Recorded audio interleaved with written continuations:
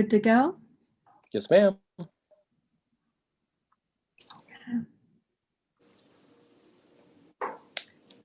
Hello, Restonians. Hello, Reston Association members, and all else who choose to join us tonight.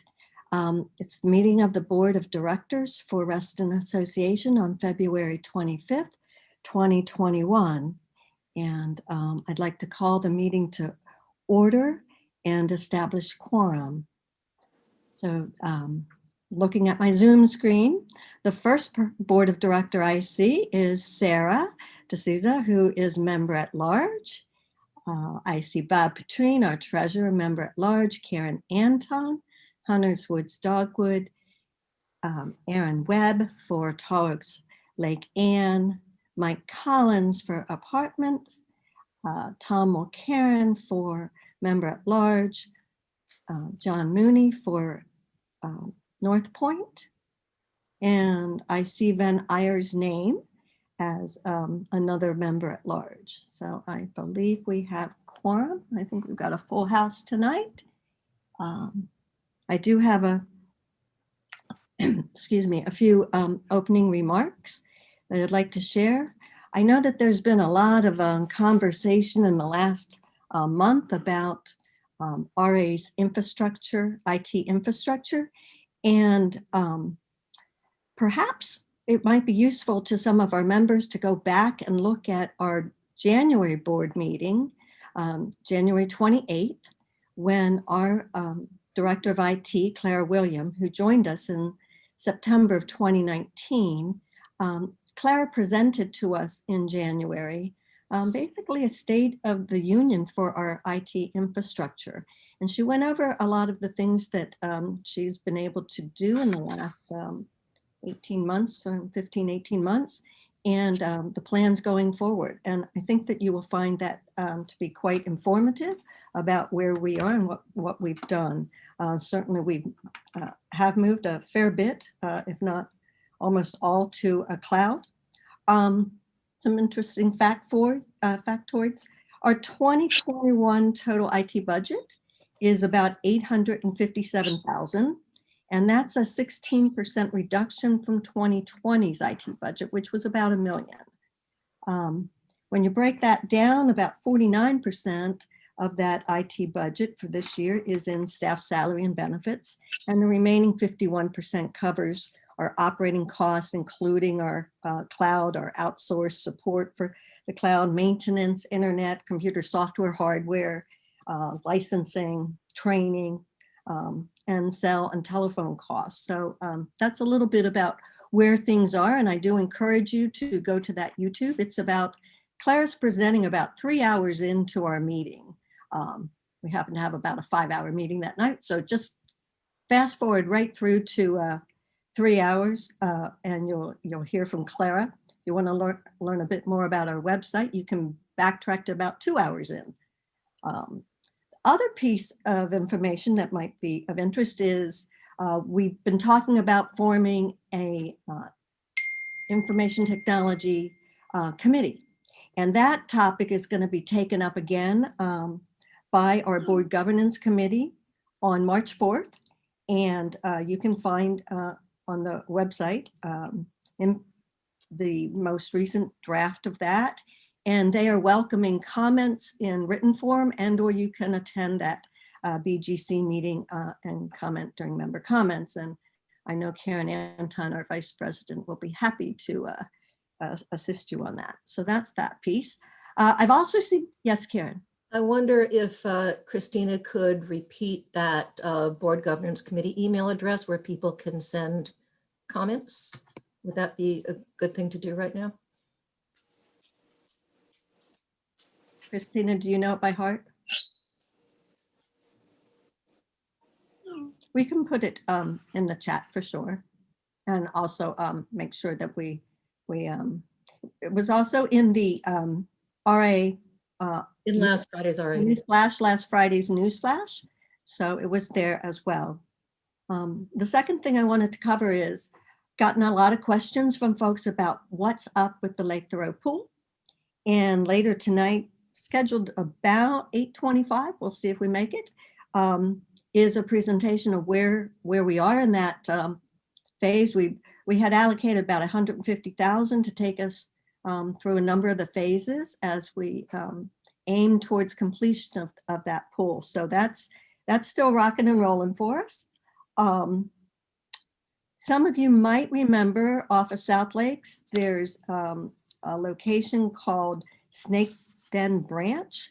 There was a large renovation that we got the county to help step up to and fix. And this is a public service announcement because the county's going to be putting in something called live stakes. And those are cut branches from certain species that establish roots and shoots from them. So please don't pull them out.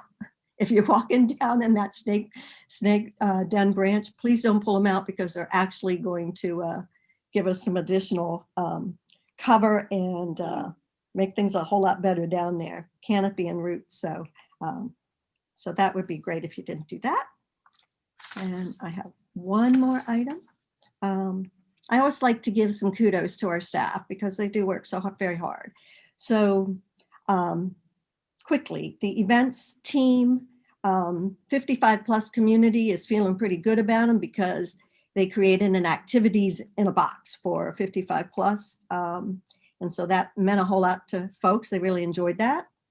The Antique Roadshow, apparently Ashley Soloff was a consummate professional in helping out some people trying to get on board with that with Zoom. Our member services folks are pivoting between in-person appointments, phone, and email services. And Erin Gable was described as fast and the best. Emily Miller as speedy, executed within an hour of service. Abby Thomas was listed as so fast and provides prompt service. So thank you, member services, on your goal of 100% member satisfaction. And lastly, this might be a little controversy because I know we have really crazy snowstorms and ice storms, but we've had a lot of activity for our snow emergency crews. Oh, there they are. And so they have been quite busy. Chris Brown, Danny Coram, Keith Kanzler, Alan Lieberstein, Charles Tasco, Dale Wilson, Richie Zeisler. So I want to, if I butchered your names, I'm very sorry. I'm not really good at that. So a special thank you for working through those crazy days and nights to get our community back to being able to move about, even during the isolated storms. So I just want to, recognize some of them. And that's my opening remarks. We've got a full agenda tonight, lots of exciting things to do. So how about we move to the approval of our February 25th regular board meeting agenda? Do I have a motion To approve the agenda. Thank you. And a second. Second. Thank you. I think I saw Bob Petrine's hand first. So Karen and Bob, all in favor of the agenda as it is listed. Aye. And From Ben. Ben? Are Can you you an hear me? aye? From Ben. All right, thank you very much. So that passes. The next item is the consent calendar. And we have the following items on that consent calendar. The approval of board minutes, and they include December 17th, January. I have two different versions, folks. I have December 17th, regular board meeting, January 21st, special board meeting minutes, January 28th, regular board meeting, and January 28th, special board meeting. I believe that's correct, Madam Chair, even though the printed agenda does not list those four, we do have those materials. Yes, they're in the next page that lists the consent calendar. So sorry for my confusion there. So those were the four board meetings. have a Friends of Reston appointment for Maggie Edwards, MTAC 2021 work plan, MTAC study recommendation, and the approval of our Secretary Mooney as an MTAC study student advisor. So those are the items on the consent calendar. So I'd like to take each of those 5 in order, if that's all right with everyone. I'd like to move to approve the minutes of those 4 board meetings. If I might have a second. Could we just approve the whole consent calendar? It's okay with me, if you'd like to make that motion. Sure, so moved. Second, A second? Thank you, John. All in favor of approving the consent calendar, the 4 items that I mentioned? All right, all in favor? Ben? Aye from Ben. All right, passes unanimously. On to member comments, and I hope we're not too early for people. I know it says 6:45, but do we have anyone who would like to comment? Julie, we don't have any comments yet in the chat, but we do have a hand raised by Tim Dowling. All right, Tim, welcome. Thank you. My name is Timothy Dowling. I live at 2365 Paddock Lane, and I'm making this comment in my capacity as an RA member. I'd like to comment on an issue discussed at the last board meeting, a ban on improper financial conflicts of interest. If you surveyed RA members, I think they would tell you overwhelmingly that Reston associations should be subject to a recusal requirement when there's an improper financial conflict. No one should misuse their RA position for private gain, not for their private gain or anyone else's private gain. A disclosure requirement, which is what we have now, is a great first step. And the people in RA who worked on that should be proud of their work. But when that requirement was adopted, President Bitzer told Reston now it can be improved. Respectfully, now is the time to improve it. I think many RA members would be surprised to learn that board members can engage in self-dealing if they choose to do so without any consequences, so long as they disclose the conflict. Now, and I want to be crystal clear on this, I am not in any way accusing anyone on this board or any RA volunteer or anyone affiliated with RA in any way of any improper conduct. I have the highest regard for your commitment to Reston. But at the last board meeting, people were asking, what's the problem we're trying to solve here? It was sort of a, if it ain't broke, don't fix it approach. Respectfully, I don't think that's the best question to ask. Think about how we approach other policies. Many organizations adopt, for example, EEO policies, not because they see discrimination in the ranks, but because they value diversity and equal opportunity. And in the same way, the board should adopt a ban on financial conflicts, not because we have ethical problems, but because we all value integrity and fairness, and we all want to do everything we can to gain the complete trust of RA membership. Now, believe me, I understand there are challenges here, but those challenges should not stop RA from banning improper financial conflicts. As John Mooney said at the last meeting, having a written code of ethics ultimately will be a great source of pride for Reston Association. And I'd like to conclude by offering any assistance that the board might find helpful on that. Thank you very much. Thank you, Tim. Anyone else? Erwin? There you go. Good evening. My name is Good Erwin evening. Flashman. I live at 1327 Buttermilk Lane. This evening, I would like to speak to you about transparency or the lack thereof. There has been a lot of talk about what has gone on with the IT, and particularly the website of the RA. But there has been no full disclosure of exactly what happened in the summer of last year, or what may have occurred recently. And that leads to all sorts of speculation. There is a history of lack of transparency in Reston Association, unfortunately. And that history, at least initiated with, if not before, certainly with Tetra and the Lake House, its purchase and the work that went on afterwards in the over expenditures.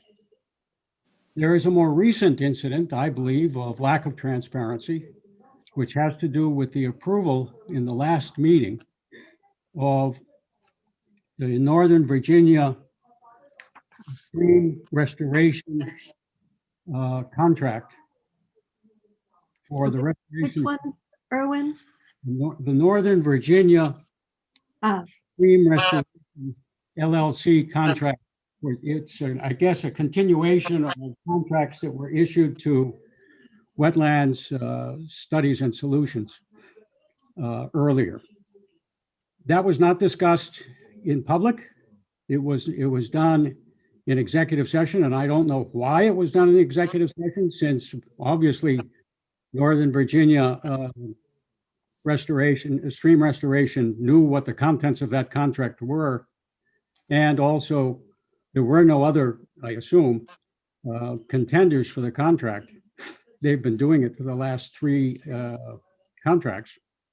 However, the failure to discuss the matter in public is a deep failure, and it cost, I believe, the association a great deal of money that could have been made had it been negotiated. Because if it were extended, simply extending it with nothing else, then Reston Association missed out on an opportunity to earn a considerable amount of money. It could have hired Northern Virginia Stream Restoration to undertake the work and run the Stream Mitigation Bank itself, and thereby made money.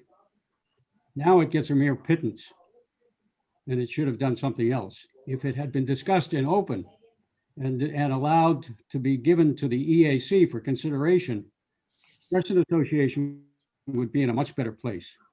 And so therefore, the lack of transparency has Sorry, Erwin, that's actually time. cost us money. Thank you. Thank you, Erwin.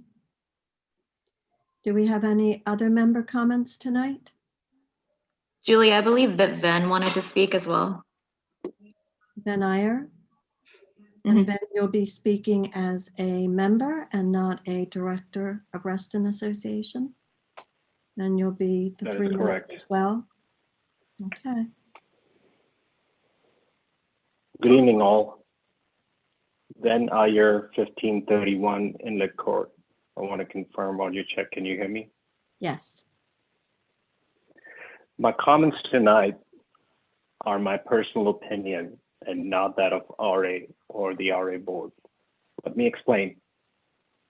On February 8th, I requested a special board meeting with an agenda to rapidly create a technology review committee that would immediately respond at a SWAT team pace to review and strengthen RA's IT security posture.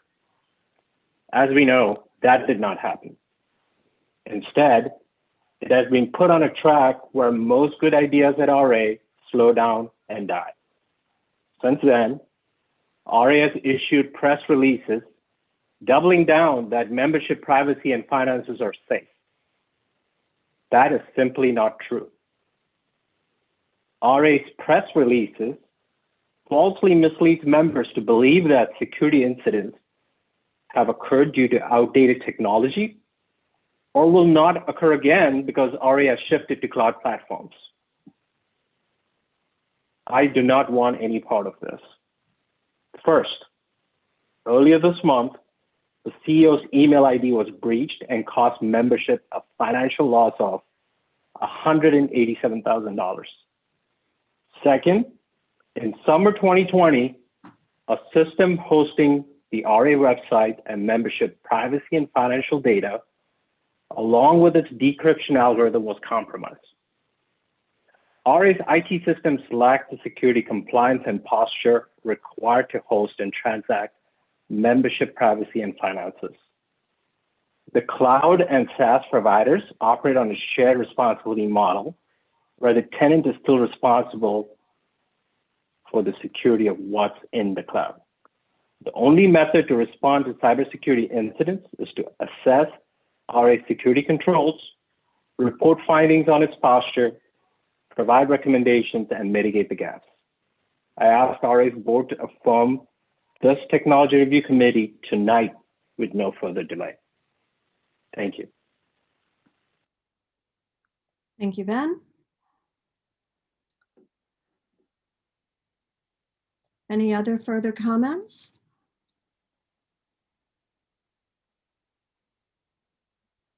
All right. I again refer our membership to the presentation that Clara William made for us in January 28th at our full board meeting. And also to Ben's point, to the special meeting, we did take that charter and worked with a subgroup to refine it. And the normal process of working through our board governance committee is where we've ended up, and so be it. That's March 4th. Obviously, we have some differing opinions.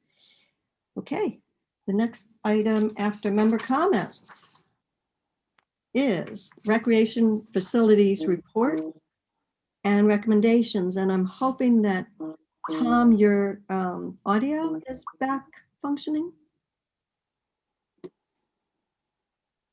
I don't see Mr. Mulcairn.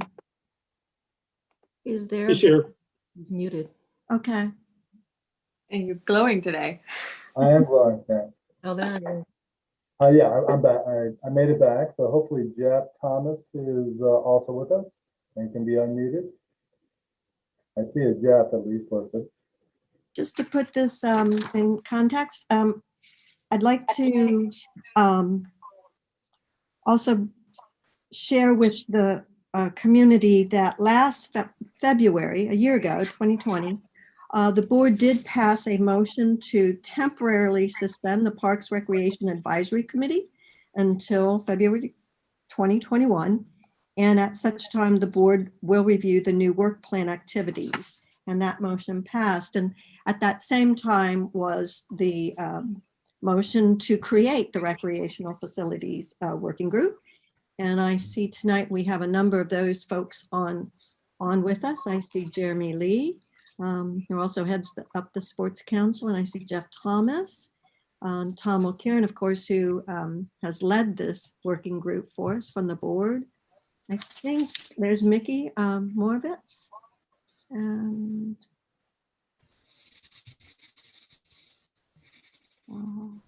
we're missing anyone else? Yeah, Mark There's Stappel. Mark Stappel, who also came from fiscal over to recreational facilities. So we appreciate that. And Bob Brown. Bob Brown, yeah. Great, Bob Brown. And I also see we have some members of PRAC who have been waiting patiently to get going again. I see Beth Rinker there. So Mr. Thomas and Mr. Mulcairn, are we ready to roll? we are. I'm going to go ahead and pass the torch over to Jeff, who has volunteered. Maybe he didn't volunteer, but he is going to be the speaker this evening. Jeff, are you with us? I am, Tom. Thanks.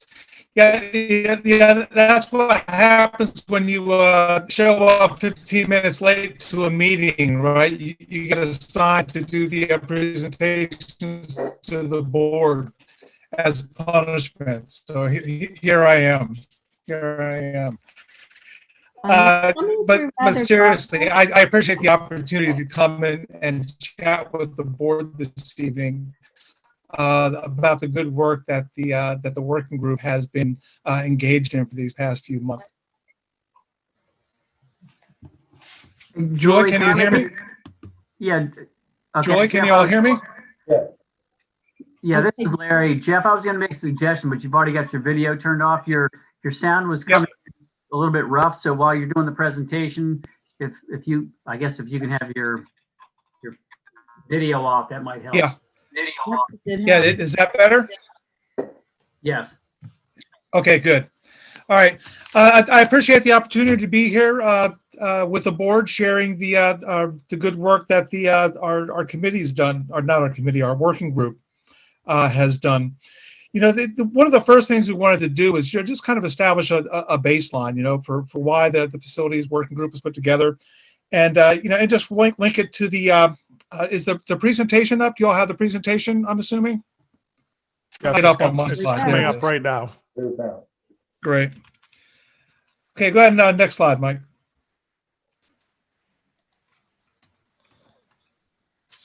So, you know, the mission and vision of Reston, you know, really relates to getting, you know, creating a leading model in the community where we can live, work, and play and get involved. And that's trade. I'm not sure I knew that was trademarked. That's pretty good.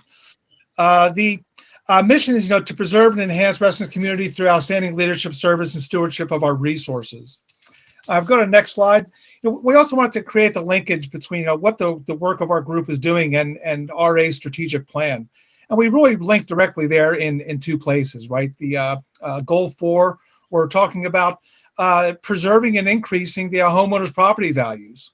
And of course, the second goal, goal 7, is really about meeting our members' needs by providing good services programs in a financially sustainable way. Next slide. I'm going to go through some of these fast. We can get to the meat of this. Next slide, Mike. So the working group was chartered to put together, to really go about and take a look at some of the key aspects of the capital intensive areas of RA's facilities. We're asked to evaluate the number, of condition, and use where the available was data, focusing on the pools, tennis, ball fields, pathways, and other amenities we have. We're also asked to look at the long-term operational maintenance and capital costs for these facilities.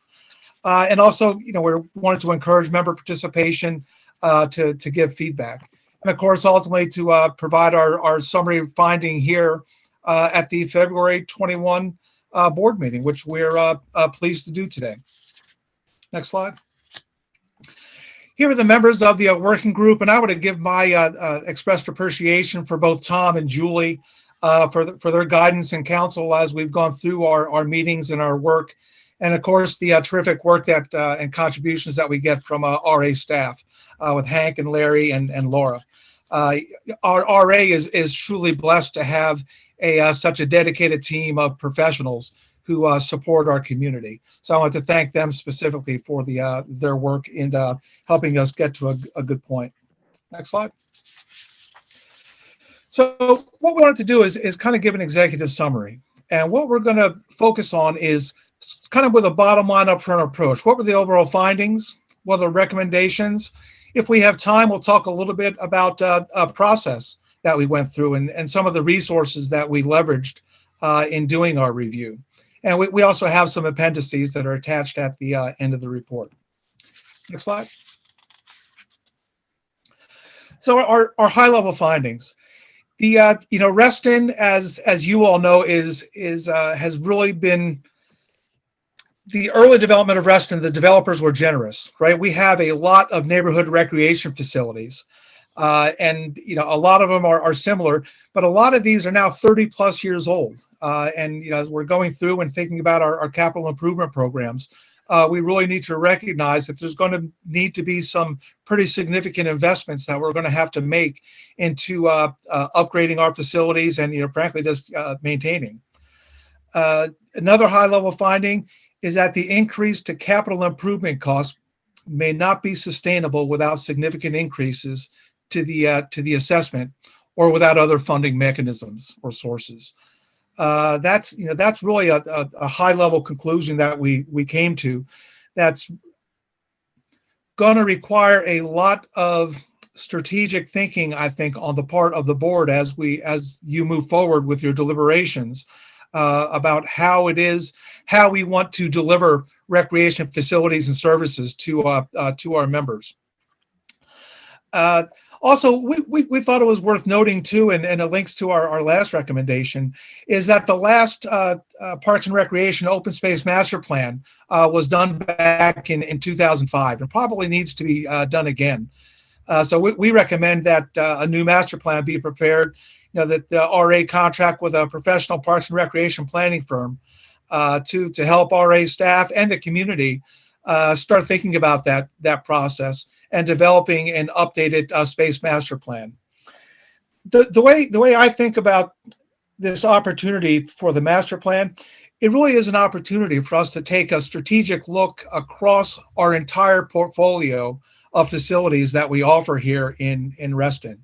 Again, we're really blessed to have a lot of great facilities that we inherited when Reston was first developed, but they're old. You really need to think about, do they meet the current needs of our members, or are they going to meet the needs of our members 5-10 years from now? And as you start thinking about making incremental investments, it should really, in my view, it should be, and I think the view of the group, it really should be informed by this new master plan, where you take a little bit more strategic view across time about what RA's facilities need to be, and also the budget considerations that go along with that. Next slide.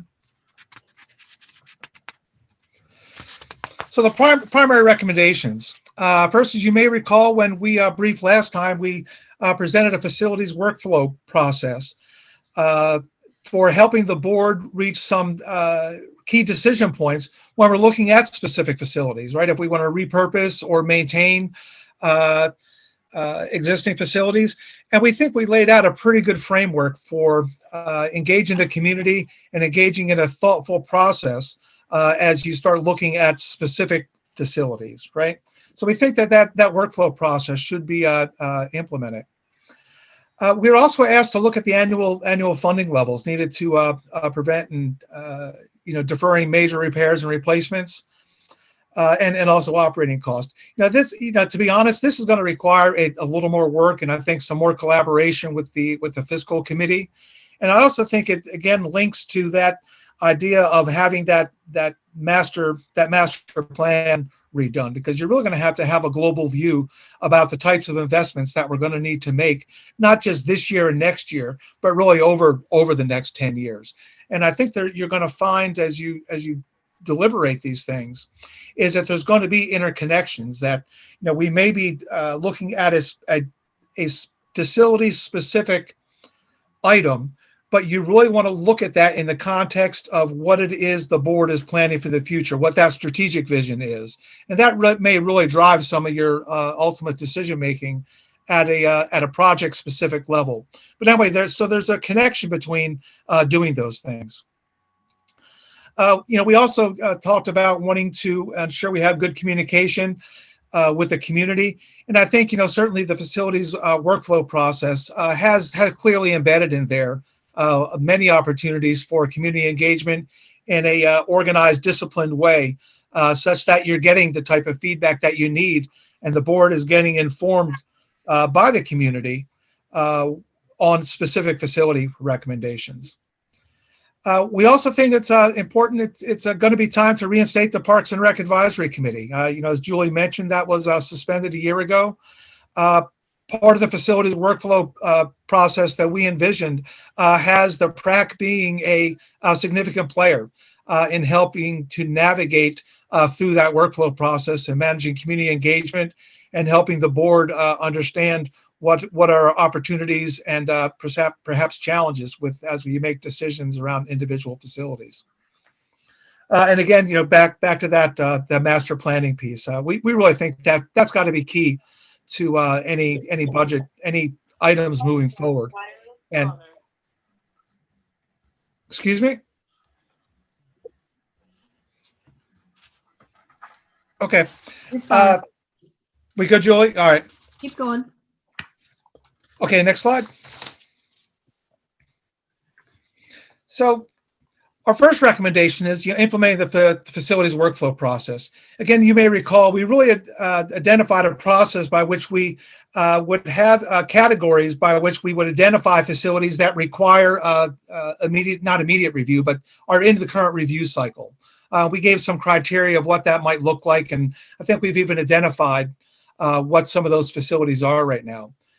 We also identified creating the opportunity to look at community needs that are currently unmet.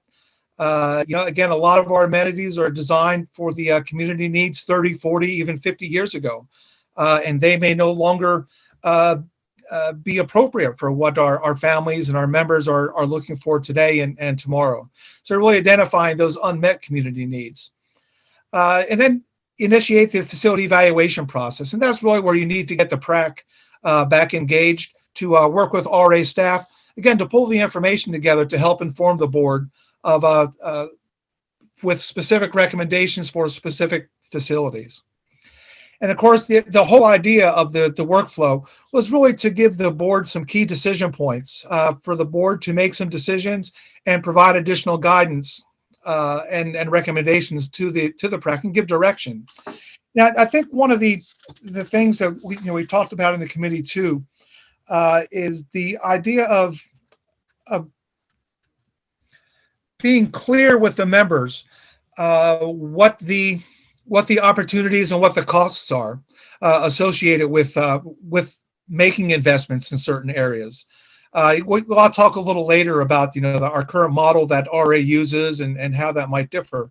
But I think that idea of transparency and being clear with our members, hey, if we want to maintain 15 pools, this is what it's going to cost. There are other ways to provide amenities, and this is what they might be. But anyway, I think that idea of being transparent and creating a connection between the amenities that members expect and want, and then the cost of RA to deliver and properly maintain those facilities needs to be a little bit more direct, I think. And I think the facilities workflow process can help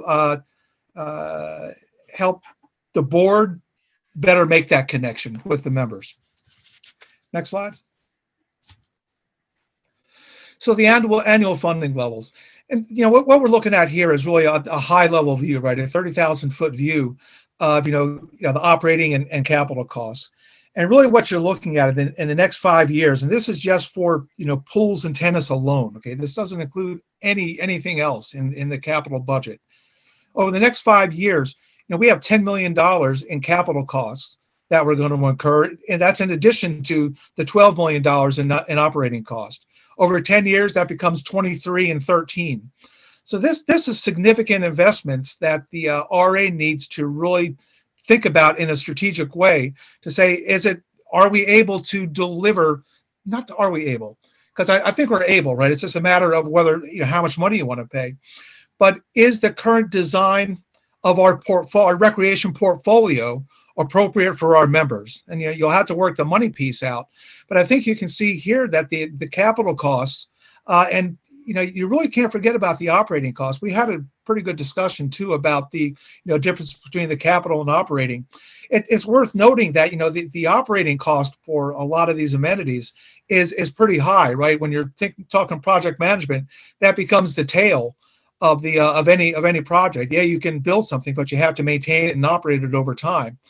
And that $23 million and the $13 million in capital, that's a pretty big sum that we should be pretty serious about planning around and really thinking strategically, is this the best way to deliver services to our members? Next slide. So, RA, frankly, RA has a pretty good member feedback mechanisms already, right? We talked a little bit about this last time, so I won't spend too much time here. But, these are some of the mechanisms that the workflow process would also engage. Looking at the audience, for sure we're getting the message out to the right people, engaging the right stakeholders at the right time, and of course, working with the RA board and staff. So there again, RA actually has a pretty good model for working with this. So I won't spend a lot of time here. Next slide.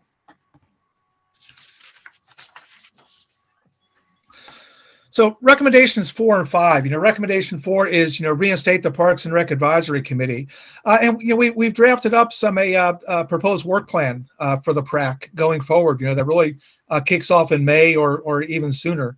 But you can see what those are. But really getting them engaged early, because I think you will have, if you choose to utilize the facilities workflow process, the PrAC will need to get engaged soon and really get their handle around how they want to operate in that model, and just ensure they can be effective at doing the types of evaluations that are necessary and managing the type of community engagement that we're going to need as you go through evaluating specific properties. And of course, the last I'm foot stomping on it again, but that getting that recreation master plan updated is really something that in our view was essential that RA do, just so it can have that strategic longer term view, because that's going to help inform your transactional decisions, right? You don't know how to treat a particular action unless you know where it is you're ultimately trying to get to. So you have to have a connection between those. So that's a third foot stomp on the updating the master plan. And I think there may be one more foot stomp around that. All right. Next slide. So just wanted to share, as going through our process, we really engaged a lot of different data sources on this. We had some national and regional trends with Parks and Recreation Facility. We had facility user group data, and of course, the matrix and inventory, the brand consultancy, and some of the other studies that RA has done. So what we're trying to draw our recommendations and conclusions not just from our own personal views and whims, but really from some validated data sources that are recognized in the Parks and Rec community, as well as things that we know are relevant to the RA community more locally here. Next slide. So we looked at did a comparison of the RA inventory to some national and regional metrics for the provision of recreational facilities, and we found those useful. We can talk about some of the specific findings, but I think the board already knows that RA provides a very robust recreation facilities for our members. That in just about all cases, certainly for pools and tennis, that exceed national or regional standards, and we don't necessarily think that's a problem. Frankly, I think our members expect that. I don't think that our members expect Reston to be average in terms of providing these type of amenities. So that wasn't so much of a problem. And we also looked at some of the information out of the Fairfax County Park Authority and other providers. We looked at some of the usage trends in RA facilities and relied upon some existing data on the pool and court use. I'd say we did have some challenges, and this is, we'll talk about at the end with recommendations too, is finding some additional ways to gather useful data around usage, so that you really have some better quantifiable use data around your key assets. I think, particularly on the tennis courts, I think we all agreed that the tennis courts were well used and things like that, but it was hard to have hard data around that. So anyway, that's a recommendation coming forward. But anyway, we looked at a lot of different sources. Next slide. Julie, how am I doing on time? I'm sorry. You're fine. Okay. We saved time earlier. Ah, very good. All right. So pools, conditions, and trends. There was and I think you all as members know this. Our members feel pretty passionate about pools. They really value them as recreational resources, and also community amenities that not just add recreation value, but also lend value to the quality of a neighborhood and property values.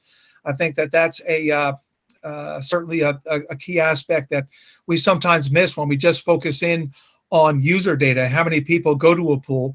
That's not the entire value of having a pools, having these type of recreational facilities in a neighborhood. There are other values as well. But also, the pools and in particular are, we really viewed as a social equity thing, because, they really serve all levels of income to the RA members. So we felt as if that was an important point to make as well.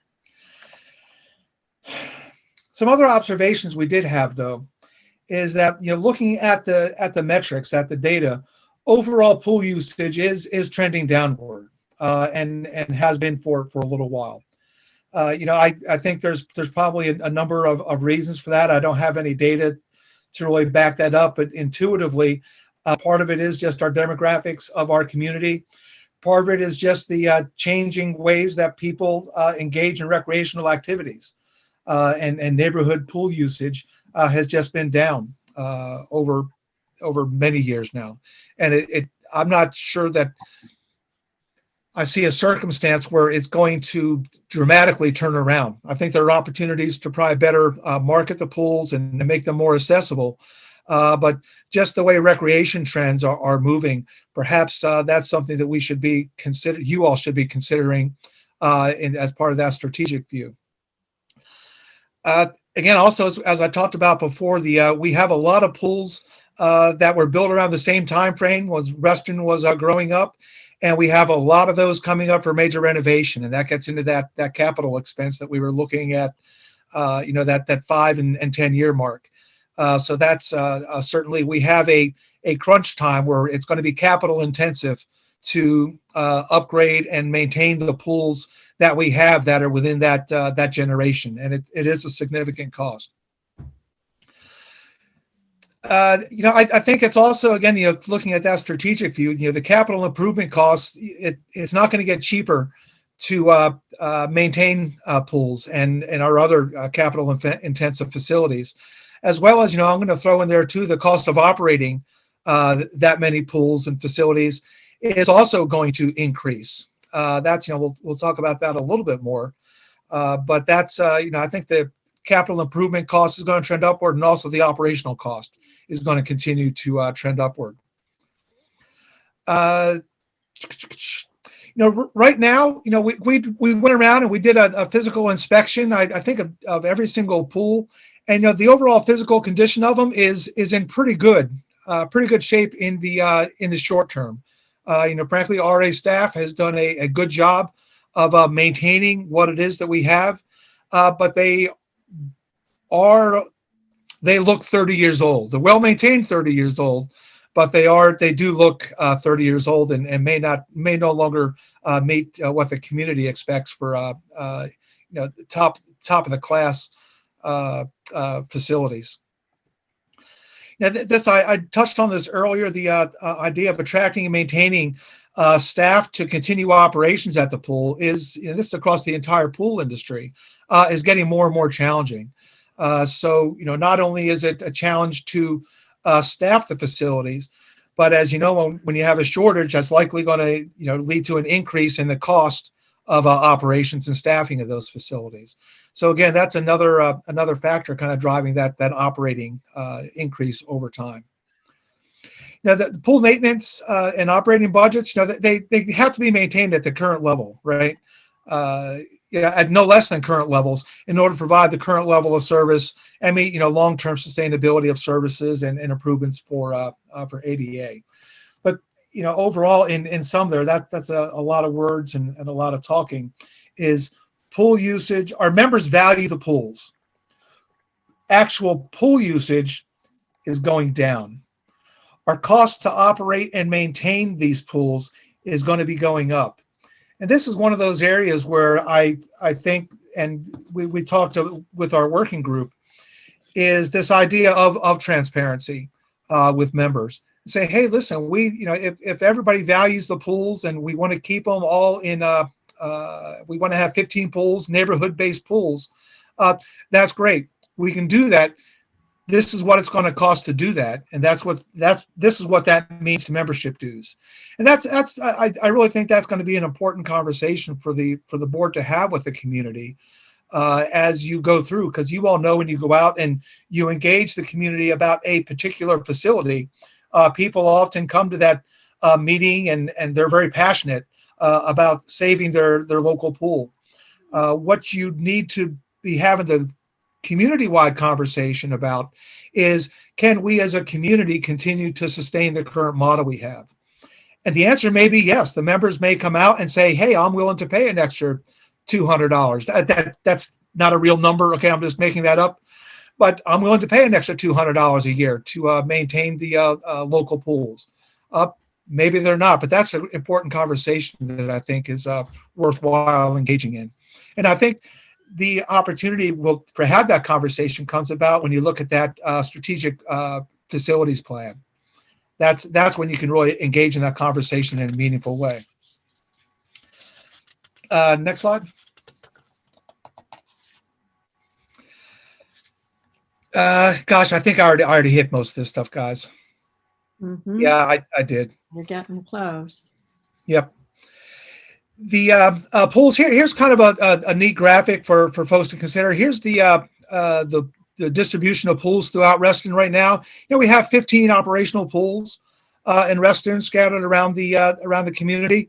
Some are of different sizes, some are of different purpose, some are really small, some are bigger. So that's something that you need to be thinking about too, right? As you're looking at different models for delivering services. An interesting point that came up in our discussions is, you know, as you can see there, we have some circles drawn, you know, that show a quarter-mile radius and then a half-mile radius. In talking with getting some input from the real estate community, the walking distance within the real estate sector is within a mile. So that's kind of what the real estate industry uses to say if something is in walking distance or not. So that's just another data point that you can consider in the future. Next slide. Again, moving on to talk about tennis courts. You know, we have 50 tennis courts in Reston, and again, that's more than the national standards for a community our size. But again, I don't know that that's necessarily a bad thing. We have a very active tennis community in Reston, and frankly, that's been a part of our hallmark from the very beginning. I remember as a kid going up and playing tennis up at Glade, and I never played tennis before, so I came to Reston. So they're definitely a treasure here in Reston, and having so many of these facilities is not necessarily, we didn't view it so much as a problem. We are just fortunate to have a lot of facilities out there. They're generally in good condition. RA staff, again, does a good job of maintaining them. Some of the courts are adaptable to different uses. One of the things that we also thought about too is looking more at the programming around the tennis courts, because, you know, perhaps there are different opportunities to let other recreation groups use underutilized tennis courts for other purposes. And that was something that, you know, we thought some engagement with the Sports Council might make sense. You know, there may be some ball sports that could leverage a large blacktop space in the winter months, in the fall and winter anyway, when perhaps tennis usage is down, but there could be other uses. And obviously, pickleball is growing and expanding in popularity nationwide, and certainly in our region. We did note that you know, we're creating some good capability on the north side of Reston. Probably need to look for some opportunities on the south side of Reston to introduce pickleball, and again, just get that multi-functioning of the court set up. Another recommendation that we kind of cued in on is, you know, the indoor tennis facility. RA has you know, looked at that in the past, but that remains a demand item from the different reports and studies that we reviewed. There is demand for that, and you know, that's something the RA board could certainly consider. Short of that, you know, perhaps upgrading some of the existing tennis facilities to include some type of cover facility, so you could continue to play tennis or other sports, even in inclement weather. That's not a full enclosure, right? More, you know, maybe of a canopy type thing. You know, still indoor, outdoor. But you know, perhaps there are ways that we can modify some of the existing facilities so we can get greater use out of them. You know, that idea of multi-use courts is a growing trend. Recommendations, again, you know, maintain adequate funding for the courts, encourage use, marketing of the courts, and again, I think engagement with the Sports Council may find another audience for the use of some of those courts. And also find a way to better capture the tennis data. That was an area where we really found some pretty significant data gaps, and we had to rely more on some programming information we had, then also some anecdotal information. So that's probably an area where you could use a little bit more objective data points to turn to for looking at future usage. Okay, next slide. Again, here's a similar chart that shows the distribution of tennis courts around the community. And from Mark, one of the keys is talent. Right. Yep. Yep. Mark brings up a good point. These are the types of things that makes Reston one of the best 30 places to live in the country, right? So having an abundance of these things is not necessarily a bad thing. One of the other areas of discussion that we had was looking at amenities that Reston has that are probably underutilized, and we all kind of came around with this idea of the lake access. The lakes are truly a unique, not unique, but they're certainly important assets that we have here in Reston that are really valued and appreciated. But we think there's probably opportunities to better leverage those lakes for recreational activities. They're probably underutilized right now for that purpose. So, in order to do that, we think, there should be opportunities to get improved resident access to the lakes. Should be a priority. Whether that's, creating, small boat docks or landings where people can embark and disembark with, kayaks and canoes and things. So we thought that was important to make some investments there, again, to kind of unlock the unhidden gems that the lakes are for us.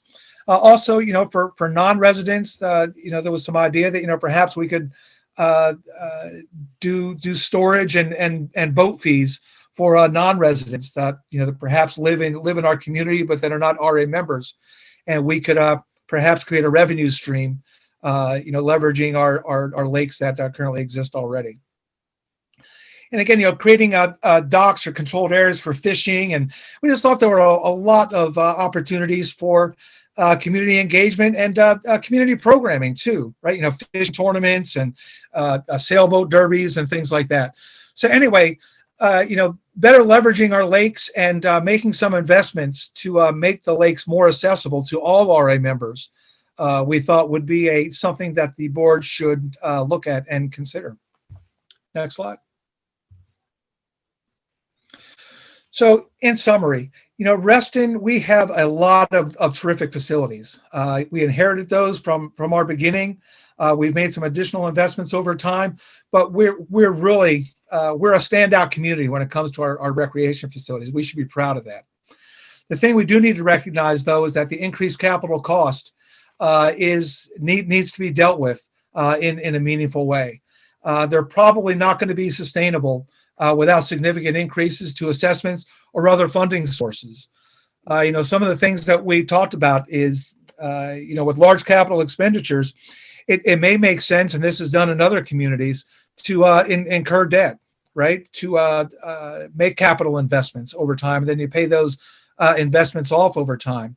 It's not something that RA generally does, but that should be part of the conversation that we have with members about the choices that we will need to make going forward with how we think about our facilities portfolio. Third item that we want to foot stomp on is you got to get that Parks and Recreation Open Space Master Plan underway. We really think that's a priority because it links specific decisions to a future state, right? And so that, to me, that's really important. We should really try to reserve making specific decisions until it is we know where we're going, because otherwise we're just making decisions in a vacuum, and I'm not sure that's going to be the best way to make our investments. And finally, we had. Oh, are you cutting me off, Mike? Is that it? I think that was your next slide. All right. Yeah, I just wanted to, we had some ideas for specific consideration for future amenities that we currently don't have in RA. And I wanted to just kind of highlight those, or those are some of the things that came up. A tree canopy course to include zip line. I thought that was a really creative idea. I'm not sure how you work that. Maybe you partner with a nonprofit or something, but that's a really creative idea. But anyway, there's a longer list of items for that we currently have gaps in that members have expressed an interest in having that we don't have here in Reston. That can, as we go through and you make decisions about specific facilities, if a choice is made to swap something out, there's a whole list of items that the community is asking for that we currently don't provide that perhaps we'll have some opportunities for.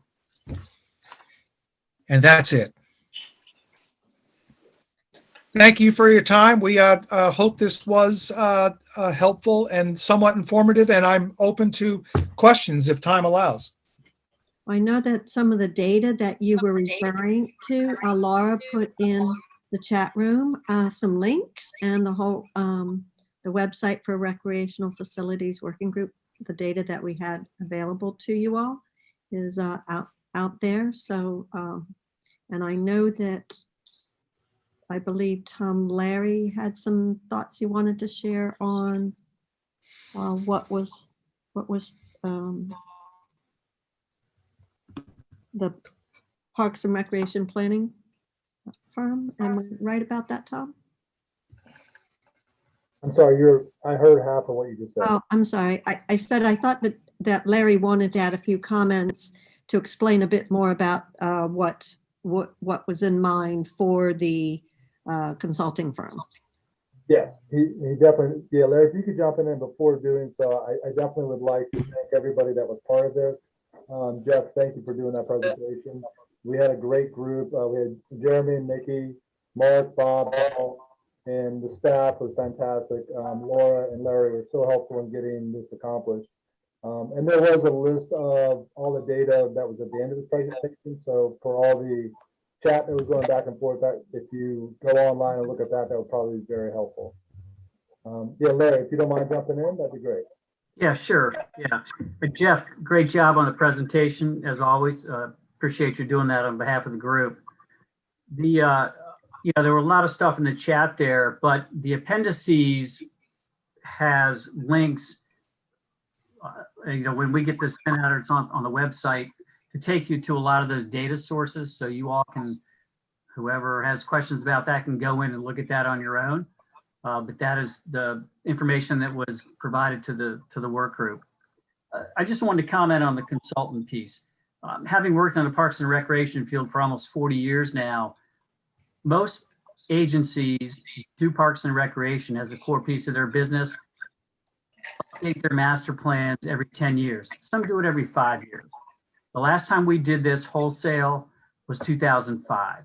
And Julie, you know, she and I have talked about this, you know, really we started talking about this back in, you know, the early 2000s to some degree, in early 2010 or 11. So for instance, Loudoun County is doing one right now. They're looking at doing, I think they're spending $250,000. That's a big county. They're, you know, they've got a lot of growth going on. I think the impetus here is to hire a consultant that has national experience to come in and sort of validate the work, not only that the Recreation Facilities Working Group is doing, but also where PRAC might head. How can they best utilize their time and RA's resources to get to the answers that we need as a community to make some tough, what I think, me personally, some tough decisions about where we go with respect to all these facilities we have that Jeff so eloquently discussed in terms of the age of those facilities, many of which were, you know, the thing that people have to understand, we were given all these facilities. We inherited developers. That's part of the planned community way. The developer builds them, gives them to the HOA, and we're essentially stuck with them. And, you know, but with that, one has to figure out a way to maintain, repair, replace, enhance those facilities for the benefit of the membership. And so the idea of bringing a consultant is to really kind of validate the processes, bring experience from what other communities have done, because there are communities all over the country, towns, cities, small counties, other HOAs that have gone through this exact same thing. And, quite frankly, we're operating here in Reston. And so let's find a consultant, and perhaps it's the consultant that did the 2005 plan for us, who they're doing Loudoun County's work. 3 years ago, they did Fairfax County. They have done the Maryland National Capital Park and Planning Commission, Montgomery County. They have a ton of experience, and they know, frankly, what do communities do in these situations, and provide us some guidance that I think the board would find very beneficial as we go forward. And I think this community is going to face some tough decisions. So that's the idea behind that.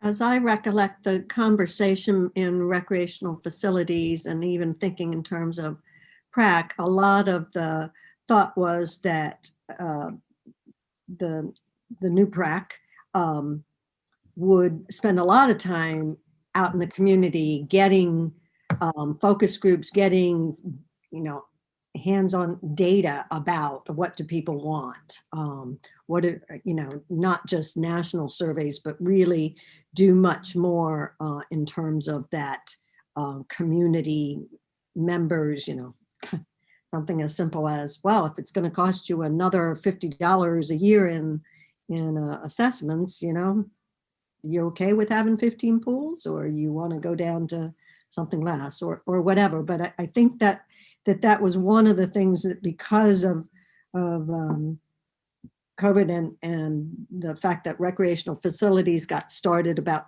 2 months late, there were some things that they couldn't completely get to from focus groups and whatever. But I think that there's ways to get additional feedback, not from a statistical study, I guess, is kind of, what I would like to hear more from the members. So Julie, if I can clarify one thing too.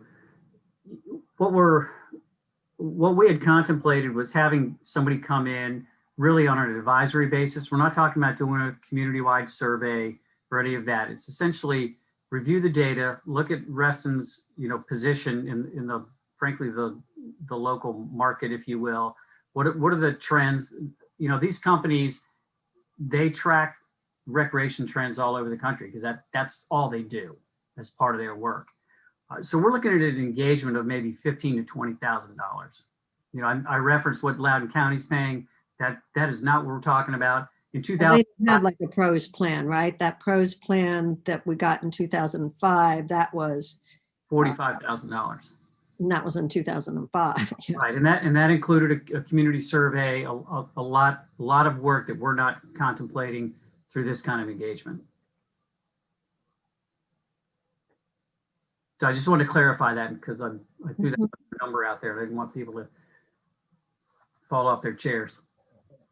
Right. Back to you, Tom. Okay, and I know we did have some motions, and I think, Christine, those were on the page prior to the presentation. Is it possible to bring those up? Bob, Yes. Okay.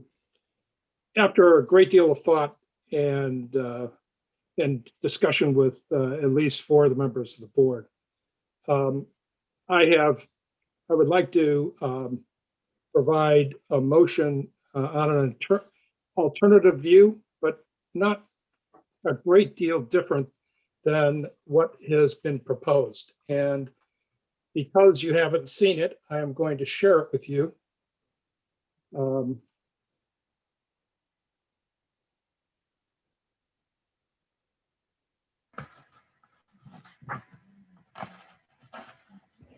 Great. So much for technology. Not the right one. It was over there, Bob, to the to the left small. I don't know if you can do anything about that. Let's see if I can. There you go.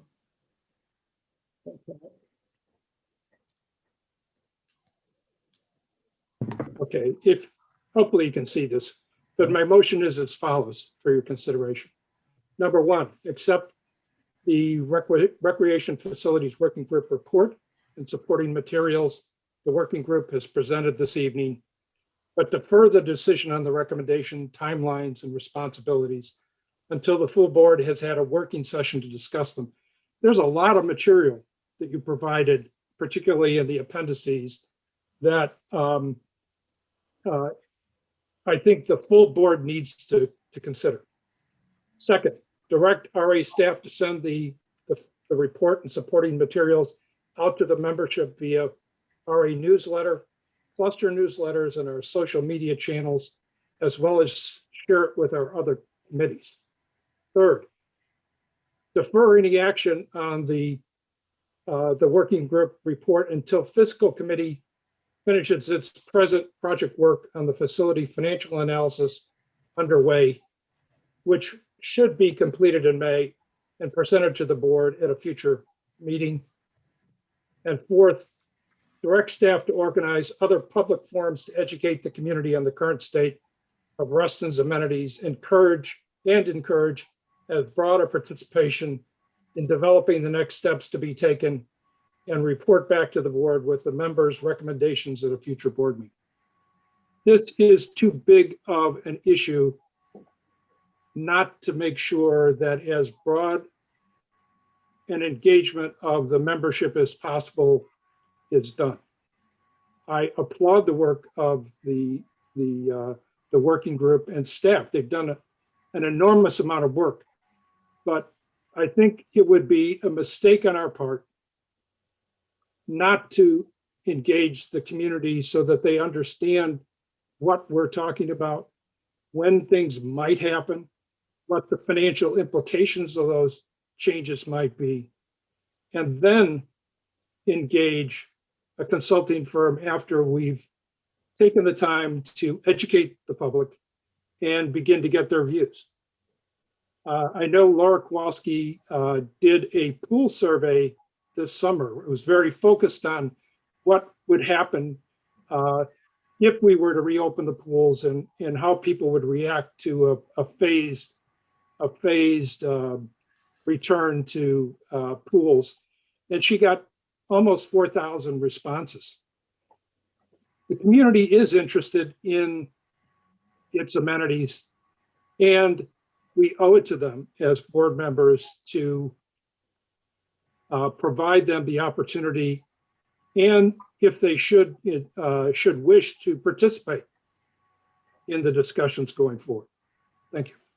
Okay, I guess I'm not quite sure what the proposed board motions that are before us conflict with a desire to get to some of the things that you've pointed out here. Certainly the work plan had some ambitious dates associated with it. I don't disagree with you on that. I understood that part of that was driven by the board in 2022 needing to have some guidance as you develop the 2022-2023 work plan. If we could have the original motions brought forth. Does Bob's motion need a second? Yes, it does. I'll second Bob's motion. All right. So I don't know if it's one motion or I'll keep my discussion very short. Larry Butler and Chris have done a great job in terms of putting together an estimate of the next 10 years worth of operating and capital expenditures. That in and of itself I think would be an important thing to share with the community. Several people on the call this evening have asked for usage, why pool usage has declined. If you look at the pool usage, you'll see that when the hours of operation were changed, usage declined by 36%. So there have been reasons there were reasons for the decisions that the board made. There were reactions, cause and effect reactions. And so there are a lot of factors that we should consider, and particularly as has been suggested in a number of the working group meetings that that I've listened in on. You know, the idea of repurposing certain facilities, I think people should be aware that this is going to be, this has the possibility of being a very, very market change in how we do things in the future. And God damn.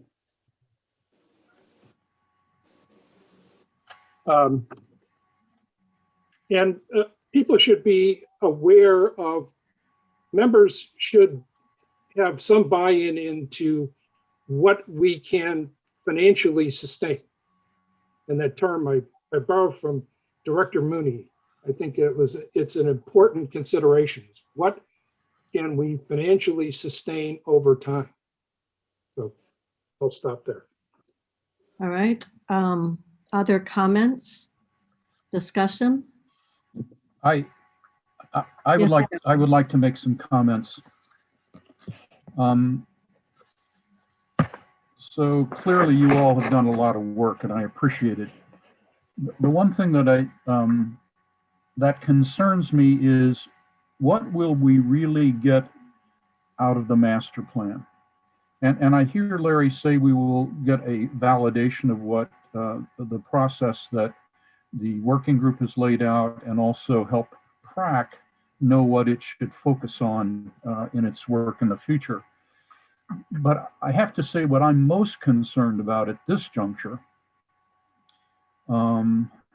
is how do we adequately engage the community to see what they really want in our recreational facilities, and also, very importantly, whether they understand the financial requirements of what we have now and what they want, and are willing and believe that we can financially sustain the capital and maintenance costs of that. So what I'm really, really concerned about is community engagement. And I really want to know what the master plan would bring to that. I don't know the degree of, I know you had some member participation with the recreational facilities working group. I don't know how much, but I think for something like this, we're actually going to contemplate adding new facilities and perhaps repurposing other ones. I think we need to have a really broad, well-informed, deep community engagement. And if we don't have that, I think the master plan will not do us, it may do us some good, but it won't do us the good we need right now.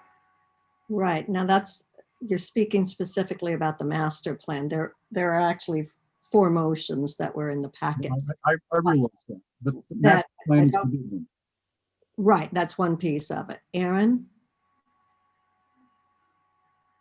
So I wanted to address the motion that's on the table right now. Bob, I really appreciate you putting this together and that it's well thought out. I very much like and I've lost track of which item was which because it's not on the screen anymore. But the item that talks about using our communication channels to get this report out to the members, I heartily endorse. Thank you. Let me move my other screen out of the way so I can read these again. So yeah, number 2. So if I look at the participants window, we have 39 in Zoom on this meeting. There may be another number watching YouTube right now. I would be willing to bet that number is less than 39. After a week, if we go and look at the YouTube of this meeting, I bet that number will be around 100. That's not a lot of our membership that had access to this wonderful report and all the work that went into it. So I fully support getting it out, accepting the report as it is. But I do have a challenge with the 4th one, not agreeing with it, but because it lacks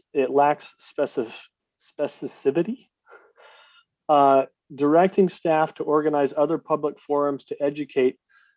We don't have a time bound on that. We don't have a total number of forums or the work product that comes out of that.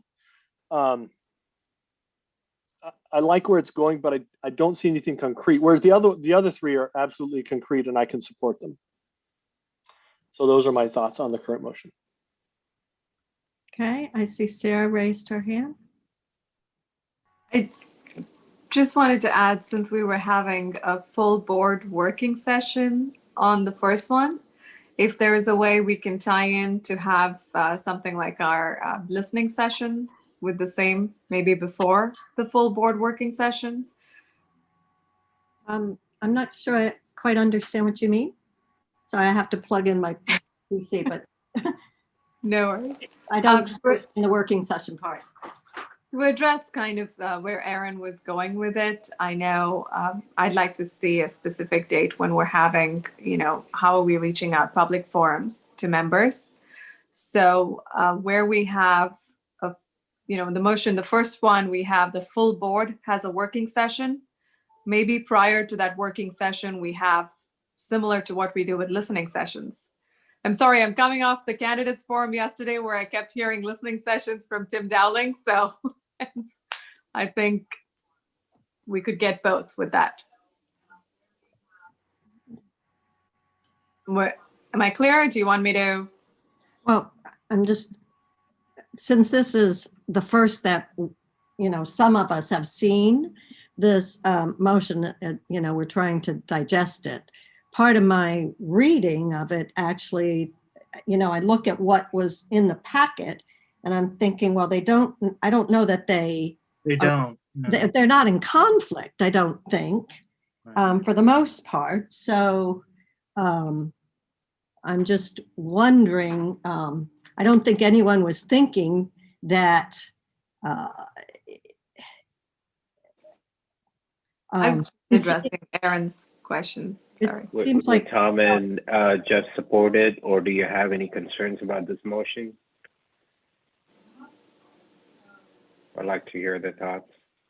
I just want to comment that first off, it's great work. I think that you're asking the hard questions that should have been asked a long time ago.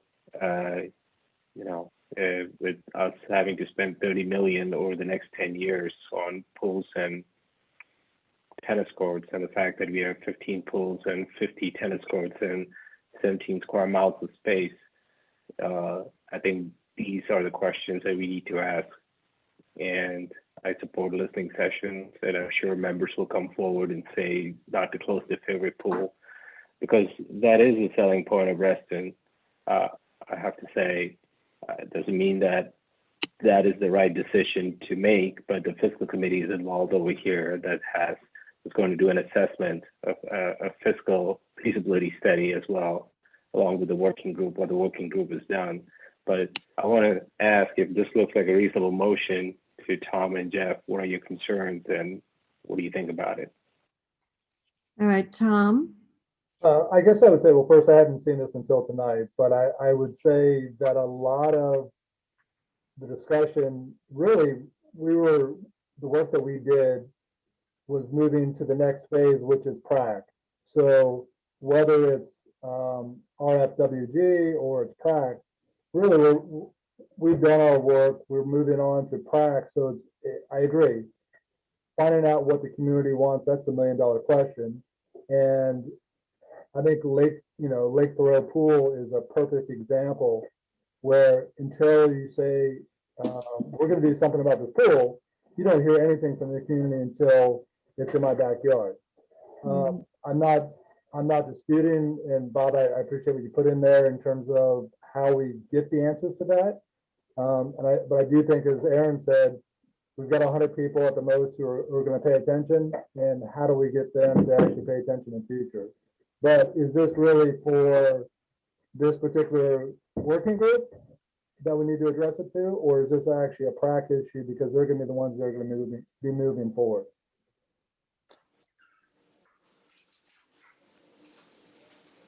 If I could jump in just briefly, I Sure. think the issue that most concerned me was the short time parameter to get these done, all this done, and engage the community and engage a consultant. My fear is, because I've heard it in the two candidate sessions this week, is that people are concerned that the board is operating in a vacuum. And I want to do everything possible to make sure that the membership has the information. If we have to think about creative ways to get it out, to use the cluster newsletter that and contacts that we have through Cam and Megan that they've created. Those are excellent ways to spread the word through the clusters. There are 143 clusters. Right. We can broaden out and get information. One last thing I'll say is that in 2015, the board commissioned the George Mason survey on recreational facilities. You can easily use that survey as the model and create an acceptable survey that may be not scientifically derived, but it will, the problem with self-selection is going to crop up maybe, but Right. the issue by using the clusters, we will have the possibility of getting responses from all of Reston instead of the limited number of people that we typically get when we put out a survey. Right. And I so think there are ways that we can do this. part of the data that this team had available to them was the JMU study. So that was part of the data. What I'm hearing seems to me like we're mixing up some apples and oranges. The recreational facilities working group did not say close pools. They said we need more community input. We need to understand this is what we have learned about our pools, but it didn't say close this pool, close that pool. We asked them to develop a decision matrix to help work through how do you decide. And certainly one of the big things that I got from the discussions that I heard was we need to get more community involvement. And as you begin to work with both the short-term projects, like Lake Thoreau Pool happened to be, what's the next one on that list? Or what's the next facility? And could that facility be made into a more multi-generational, more robust, multi-use kind of facility? So I don't want the community to think that any of these things are done decisions. We're just still in the process of gathering and continuing. So I'm sorry, Mike, you wanted to speak. Thanks. First, I just want to thank Jeff, Tom, and the rest of the working group for all the hard work that they did on this. How to maintain and manage community facilities has been an issue in Reston since 1962, and it will be in 2052 and beyond. And it's not easy, and we're really lucky to have really smart, really hardworking people to help us out with it. As far as the instant motion goes, Bob, I don't see it conflicting at all with the motion that's in the packet. Delaying implementing things a few months doesn't bother me at all. Most of this can just be picked up in 3 months. I think that'd be fine. I think it's a great idea to get all this engagement. That's the other hard part. The two hardest things about Reston Association are all the community amenities and communicating with the community. So we can do both. So I'm happy to support both motions. And there was a third thing I wanted to say, and now I can't think of it. Oh, I know what it is. On the consultant that we're going to engage, Larry, I'd be open to a deeper dive by a consultant. Consultants can give us community feedback and get some community engagement as well. I don't know if a full study, a full survey is really necessary since we did one 5 years ago, but maybe, I don't know. I wouldn't mind perhaps a deeper dive by the consultants on a facility by facility basis. You were saying it was going to stay at a pretty high level in terms of plan, goals, where should we be strategically, but we're going to need help getting there too. And looking at each facility might help us figure out how that will fit, how exactly that facility fits into the goal, into the overall. We're going to need that at some point. So I'm in favor of doing it, or at least thinking about doing it sooner rather than later. So when you come back in a couple of weeks with recommendations, I'd appreciate hearing that. That's all I have. Thank you. Karen, I believe you were next. You haven't spoken. Yeah, the only thing I wanted to say is I'm not against hiring a consultant at some point, but I think that's kind of putting the cart before the horse.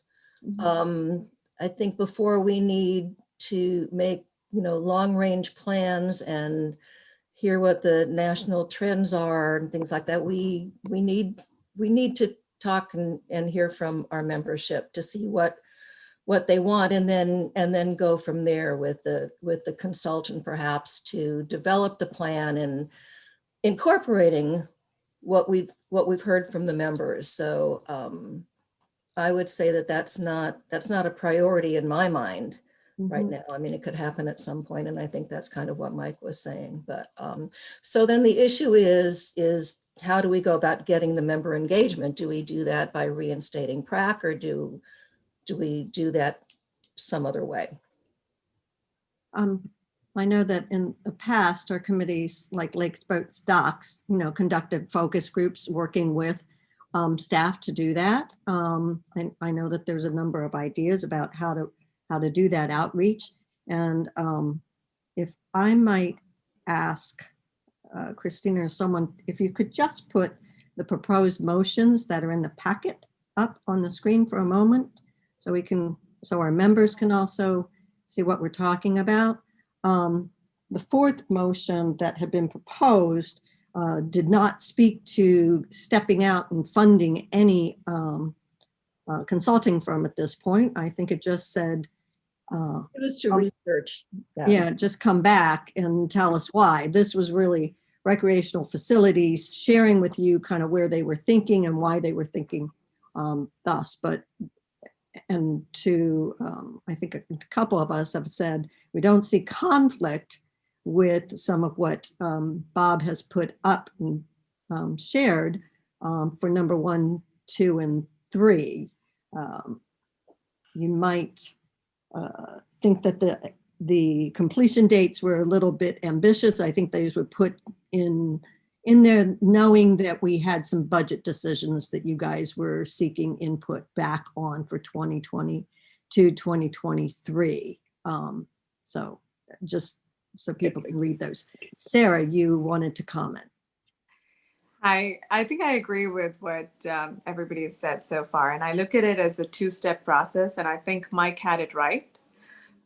We start with Bob's. We hear back from fiscal. I think the one challenge that Aaron brought up is the public engagement. And I think, Karen, you mentioned that too.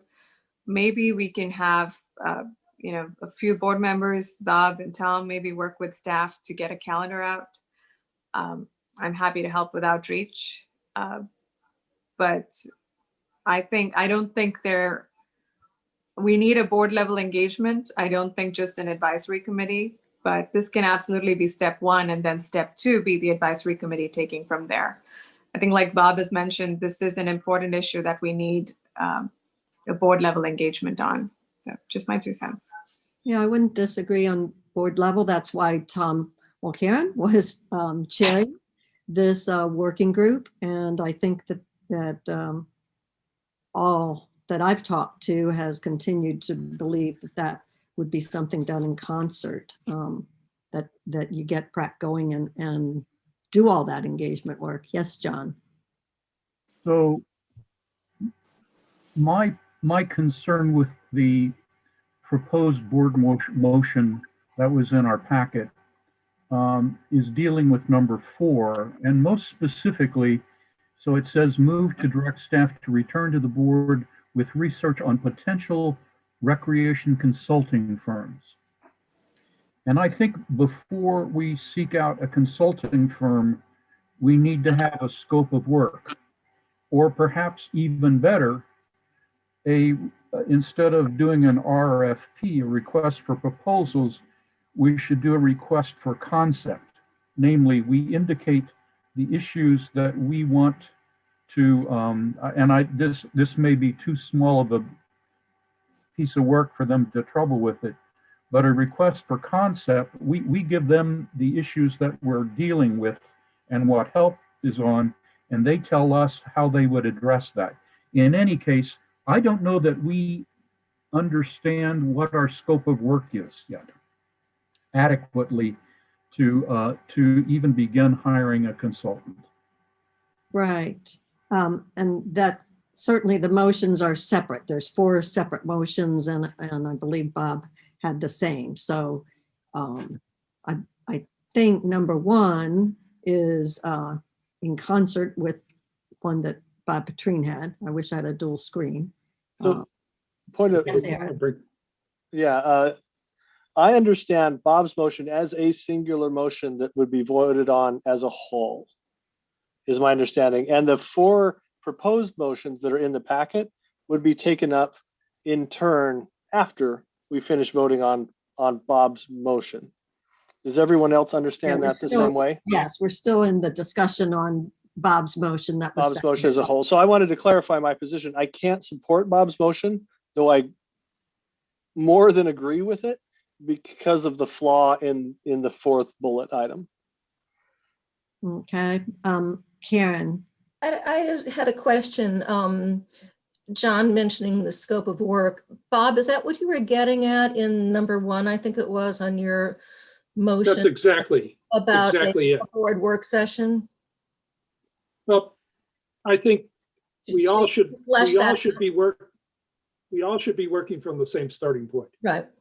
And the work that the working group has done to date, if you were to assemble it all, you may not have to discuss it all in a working session with the board, but it all should be on the table to be discussed so that everybody's starting at the same point.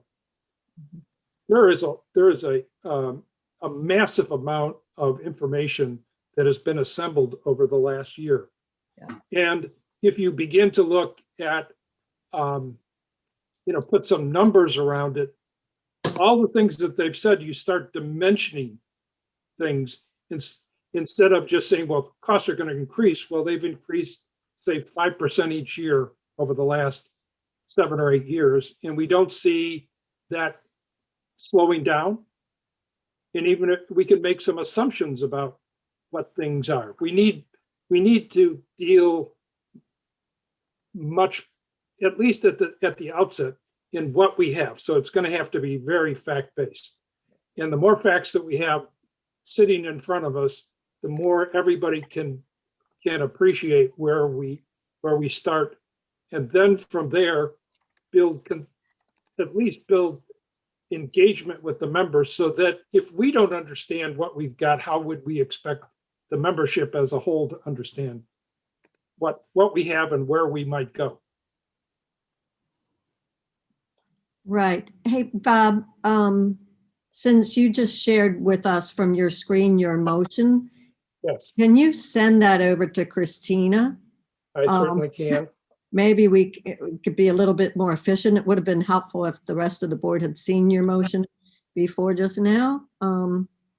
But as I understood the plan of activities, it was a parallel activity with what fiscal was working on getting some of the costs, right? We had put that in place a couple months ago for them to begin looking at this and working with recreational facilities. They would continue to do that as RFWG would roll off into PRAC.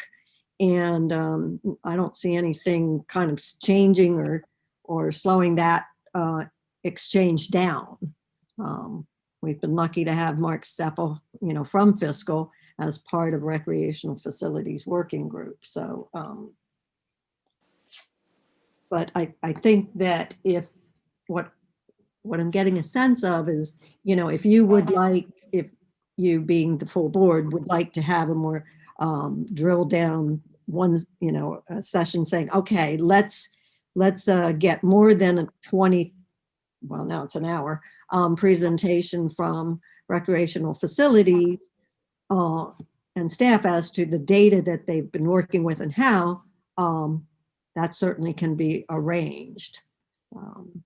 But part of the motions you had before you were to allow for continued activity by, we'll call it, PrAC, and members from Recreational Facilities Working Group. 4 of them had already expressed interest in volunteering and continuing to be part of the new, brought back to life PrAC. And there's a couple members of PrAC who are still available and interested in continuing, whose terms had not expired. So then you've got an opportunity to add some more people as well through the makeup of the group. Oh, there we go. Mr. Mooney. Madam President? Yes. I'd like to address a question to Bob. So Bob, you've heard Aaron express his appreciation for your motion, but his problem with the very last part of that motion. Is there a way that you could, since it's still on the table and it's seconded, is there a way that you could amend your motion to deal with, if you believe that Aaron's concern deserves to be dealt with, can you deal with it? Yeah, certainly. We could amend it to take out direct staff and just say organize public forums to educate the community in the current state of restaurant amenities no later than June 30th. It could be done substantially faster, given that most of the data is there already. I would be happy to participate and put together, at least a straw horse from which we could work in the next week or so, and then have it be passed around, have it be shared with staff and with the working group to see whether that would be something acceptable.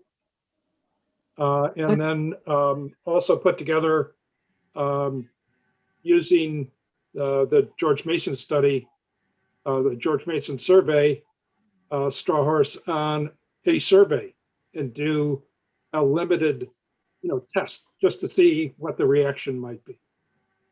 And if Aaron is okay with it, since I seconded it, I'm okay with the amendment.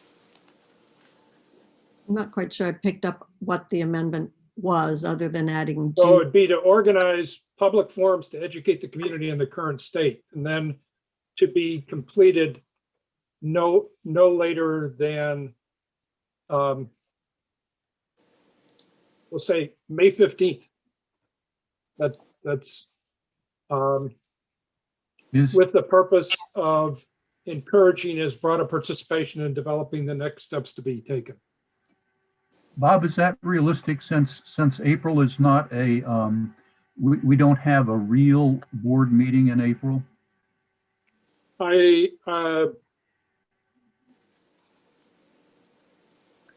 right, so I'm going to interject. This is part of why if we can approve RFWG rolling into a PrAC, they can continue to work in March and April. They can continue to work with staff. They can continue to reach out for public engagements and work with board directors as appropriate. I think the structure and having folks who have already engaged and active in it is part of what the thought process was. But Aaron. So Bob, perhaps I could offer, and I'll have to appeal to Tony to see if this even fits with Robert's rules. I like where you're going with the date is actually the thing that's most helpful for me. No later than. I've been hearing lots of discussion about other motions that'll probably come out in the next few minutes as we've been discussing yours. I'm a little confused about where everybody stands on the Parks and Recreation Advisory Committee.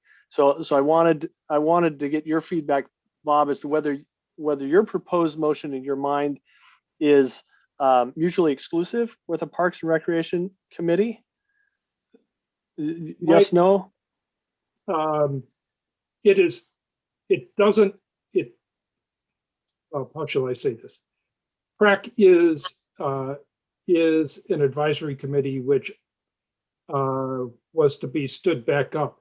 This is the primary objective of my motion, was to make sure as broad a participation and engagement with the community as possible could be obtained as quickly as possible. Okay, Mhm. fantastic. Before decisions are made. Right. So I would propose an amendment to your motion to the fourth section would be to direct the Parks and Recreation Advisory Committee to organize other public forums. So you don't have to do it. And put a no later than May or June. I'm comfortable with either of those dates.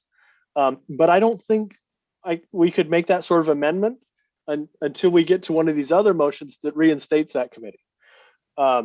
So that's where I was going to appeal to council. Is it possible to table this, address the reinstatement of the committee? Because I think that might be an amendable amendment to your motion to assign the work of bullet 4 to the Parks and Recreation Committee.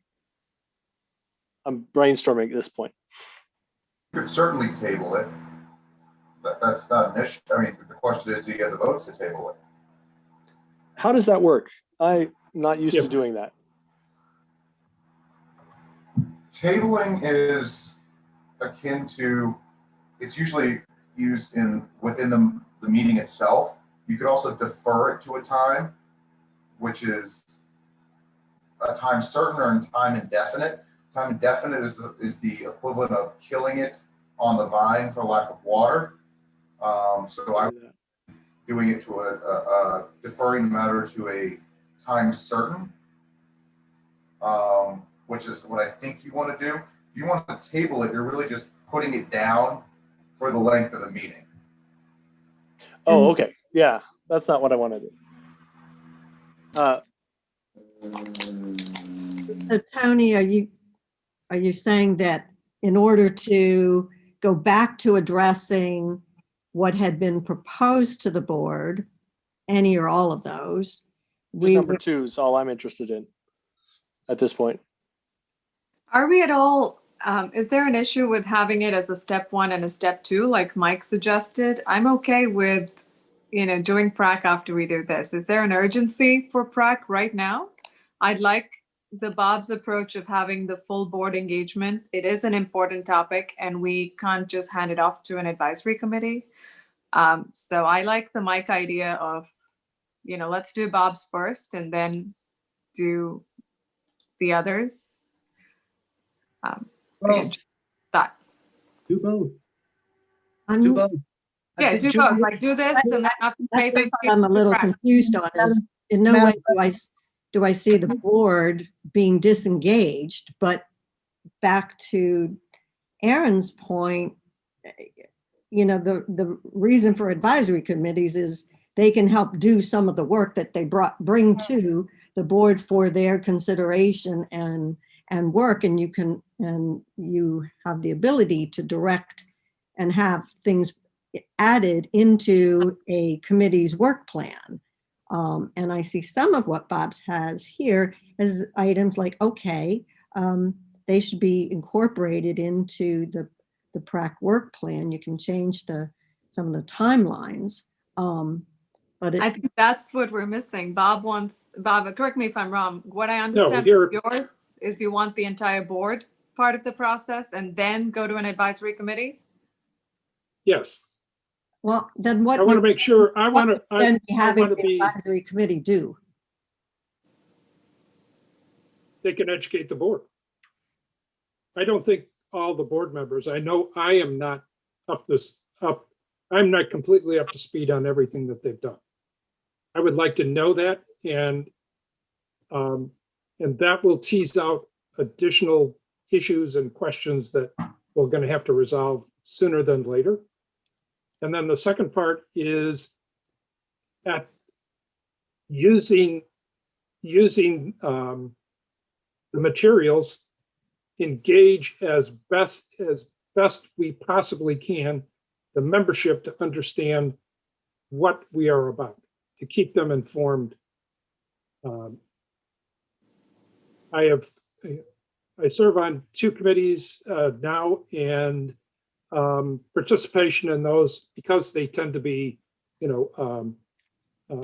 very structural, participation from members is minimal. And I don't want that to happen here. Okay. Mike. I was just going to suggest that it's getting late. We're almost an hour off the agenda and we need to have a vote on this.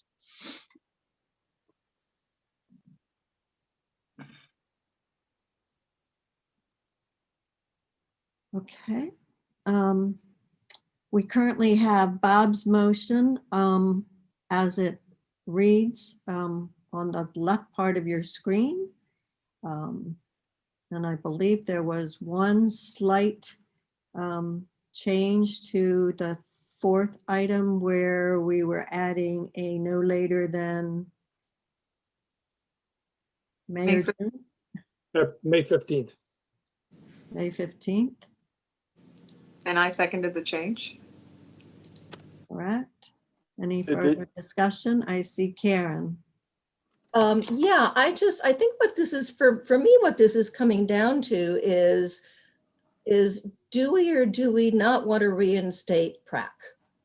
That's that's kind of where I've gotten, because it seems to me that what Bob is proposing, the motion that's on the table, negates the need for PrAC. So I'm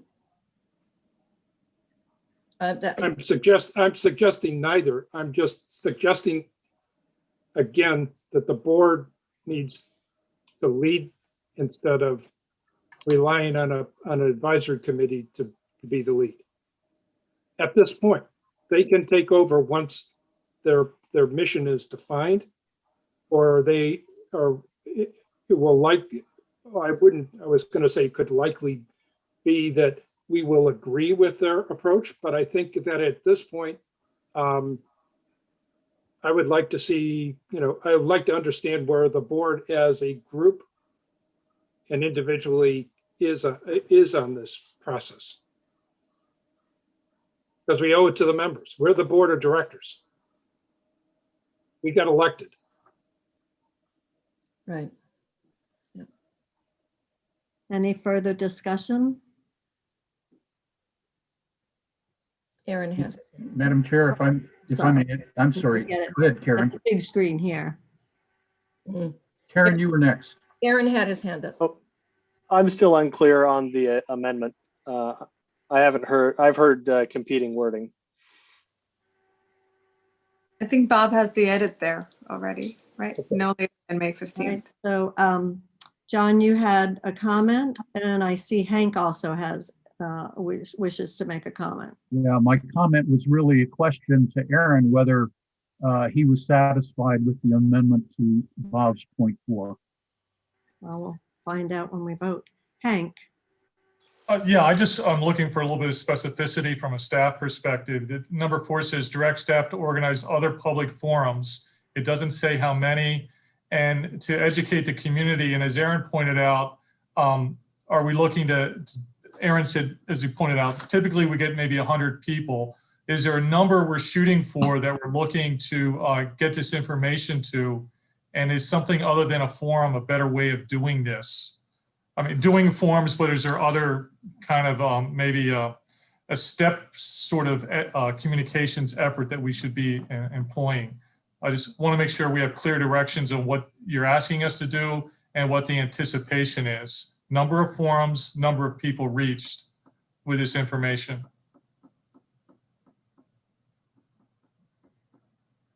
Okay. I would say if you're asking for specificity, there should be, like the listening sessions, there should be one in each of the quadrants of Reston at a minimum. And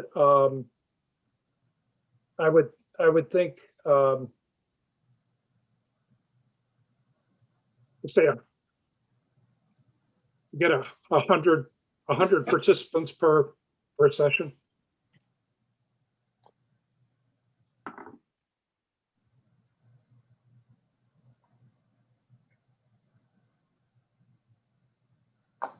Now we're muddying the waters even more. Right. Yeah. I mean, I'm To me, so- that sounds I'm like a- still going to, I just see that this is, I don't see that this is a step one and a step two in my brain. When I look at these, I don't see how parallel efforts, which have been what's been going on with RFWG and fiscal, cannot continue under having at least begin to get going and begin to participate and support these activities. So that's my one comment. So if you're telling me that by your motion, you don't wish to see anything else happen, or you would vote down on the other ones, then I guess I'm still gonna have a problem. Okay, who Well, then we comment? All right. Okay, then take out number 4 altogether. I'd be good with that. If it requires that we become very specific, and we're bumping up against that, we'll figure another way to get there, but just leave that last one out. And Bob, that could be something that's pounded out in the board work session you're talking about. Yes. If that's an amendment and a second, I can support that. Okay, then I will, may I make a friendly amendment? That We like friendly. Yes. We keep the first 3 points and eliminate the 4th pending, just leave it out altogether. We'll deal with it. It's too confusing to try to make it so specific and time limited that. On the fly, And it might be something that in the working session, staff and whatever input that RFWG might still wish to provide could come back as well. I mean, there were some, frankly, there were, in my mind, some issues with what we got from JMU over the years. So maybe there's a bit more that staff and those of us who have lived PrAC for many years could come back with. All right, anyone have any? Shall I repeat my motion? The ones that are on the screen? Yes. Are you? Not necessary for me. Okay, then that's me. Anyone? And it's one motion with 3 parts. Yes.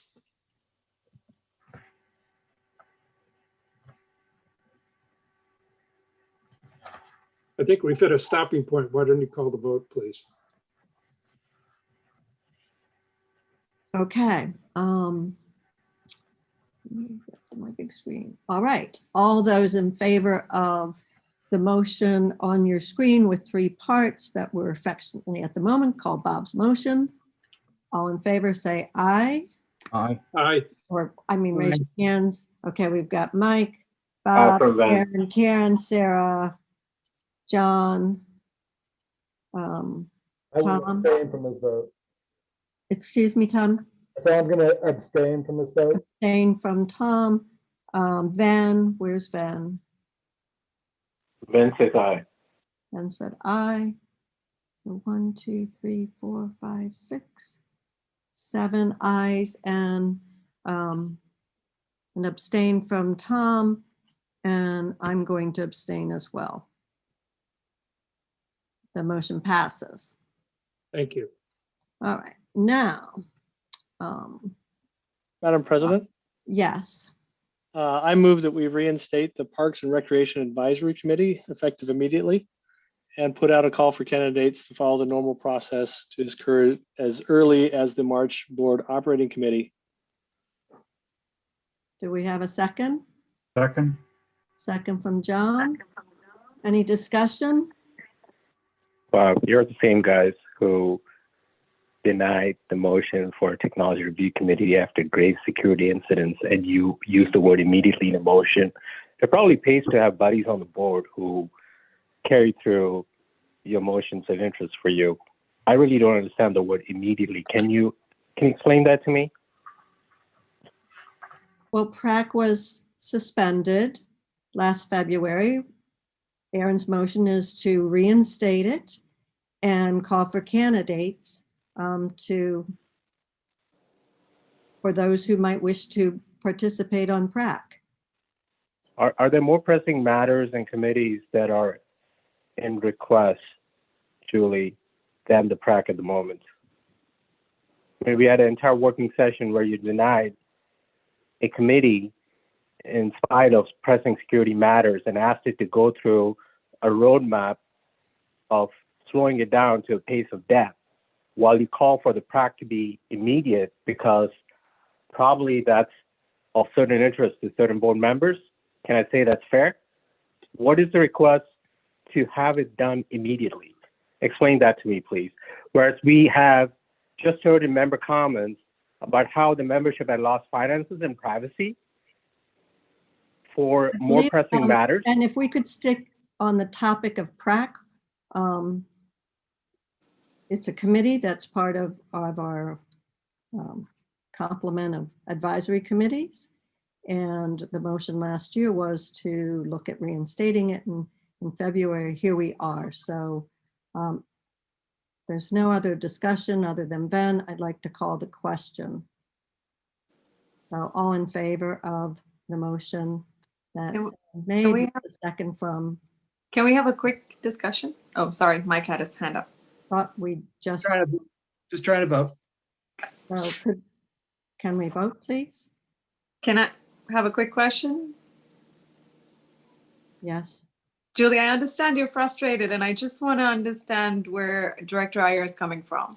Because is there a reason PrAC doesn't go through BGC when we asked IT to go through BGC? And that's probably a question for Tony. Since there is some language change, the things that concern me is that staff has a vote on the new PrAC. And that wasn't there before. So I don't think we have any changes in PrAC. There's no. But is there a reason it does it not have to follow a process and go through BGC and BOC in this case? It doesn't exist right now. So for it to be reinstated, that's a big change, I would say. So the motion that you all made was to suspend it until this board meeting. Right. So suspending doesn't mean that you're recreating it. You basically put everybody on a pause. Those committee members, their terms continue to accrue. Essentially, you just said, don't meet, don't take any action. So no, I don't think this needs to be, assuming that there are no changes to their charter. Certainly, if that was going to be done, that resolution would have to go through BGC, but you would not need to go to BGC just to turn it back on. Right. So Tony, let me say, in the special board meeting, the decision was made for us 4 directors to meet together and review the technology committee charter and come back in a special board committee meeting. However, the president and some other folks made unilaterally the decision to cancel that special board committee meeting and move the technology review committee through a BGC. Is that a point of order that we had a board decision to call for a special committee meeting, a special board meeting to occur before today to put the technology review committee in place, and that was canceled? Ben, but we're not it's a point talking of order. about the I'm IT asking committee at this I'm asking moment. We're the talking about council a PrAC. question. Julie, point of order. I have every right to ask council a question, and the question is, the video is proof of the fact that the Technology Review Committee was required to be discussed by 4 members and brought in front of a special board meeting before today's meeting. That did not occur without discussion with the board. There was no unanimous consent. It was unilaterally decided by you to cancel the board meeting and push it through BGC. So how is this? But I will address your point, Ben. On the IT committee, we did vote that there would be I'll call it a reconciliation subgroup, and that did happen. We also voted that there would be a special meeting to consider the IT committee. The reconciliation group as a whole, it was not decided by me, as a whole, four board members who were on that plus staff felt that we should follow the normal process. They are and not the add board. a new The committee. four board, Wait a minute, the Ben, board let me members. finish. Point of order. Hold on. That's I where am you're speaking. mistaken. The 4 members you of please that mute me? committee are not the board. Okay, I get that. folks, can I interject here? You're talking about a totally different subject. You veered off into this. Ben, if you're not happy that this Hey, particular. first off, hold on, Mike. Mike, listen. I need to. No, let me finish. If you're not happy that this PrAC seems to be getting favorable treatment, then vote against it. That is what is before us right now. We are more than an hour beyond the time. The question's Mike, been. I'm the only board member here getting muted. Why is that? Then out of turn. Place. I would like to understand why I'm the only board member getting muted over here. I was quiet the whole time during the discussion. Because I had Point of order. to speak over me. All right. Julie, Point of order. Can I mute everyone for a moment? Let me finish. I want to finish answering Ben. Listen to me. Julie, you have no right to unmute me while you don't unmute anybody else. Point of You don't order. know that I'm not, but You're not the boss of me.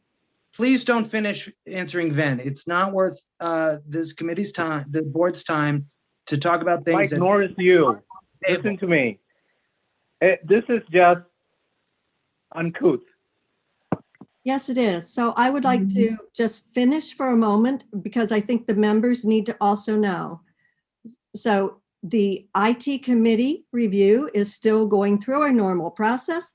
A special meeting can still be called by the members and the board when they're ready to address it. So I canceled it because it was out of order. So we may still be having a special board meeting on the IT committee. Now I'd like to go back, as we had said, the topic is PrAC. I'm going to call the vote. Shall PrAC be taken off suspension and I'll call it reestablished and allowed those that were on PrAC be back on PrAC and call for candidates. That's the motion at hand. All in favor of that motion, please raise your hands. I see Mike, I see Julie, I see Bob, Aaron, Karen, John, Tom. I trust Ben, you are saying nay, and what is Sarah saying? I'm going to abstain. Absolutely.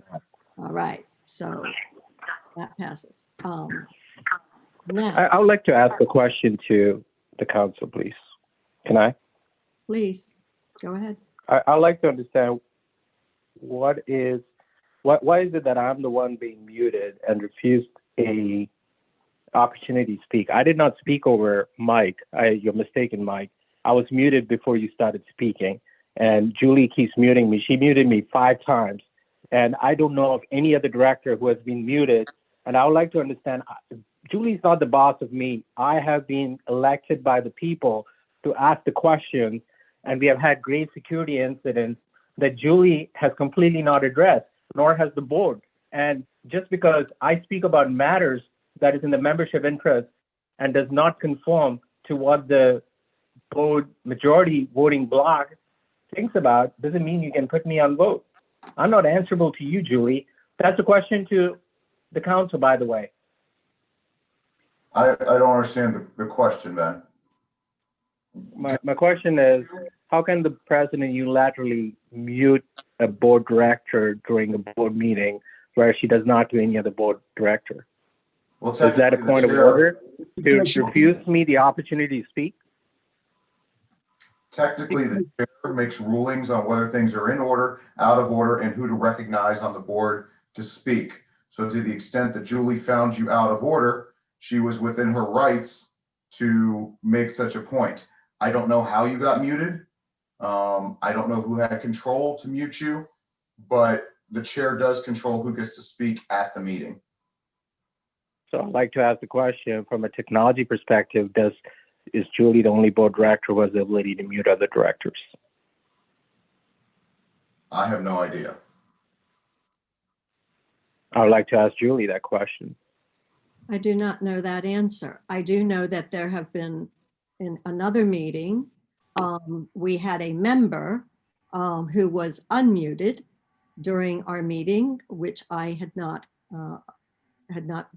been asked to address or allow. So I don't know exactly. I do know that Zoom has certain restrictions, and we could either conduct the meeting where the only way you get to speak is I unmute you and I am the only one capable of doing that. As far as whether other co-hosts, other directors on the Zoom call, the way we have it set up, can mute other directors, I do not know that. Yeah, I that's a believe that terrible, other directors can it's mute each other under the current way that Zoom is functioning for us. it is refusing my ability to speak, because if I'm the only board member who gets muted as well as refuse the opportunity to speak, then that is something that you should recognize is not fair.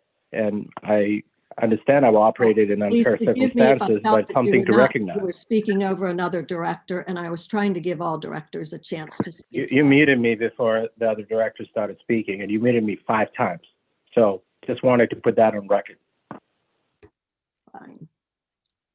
Do we have any other motions tonight with regard to what is in our packet for recreational facilities for this action item?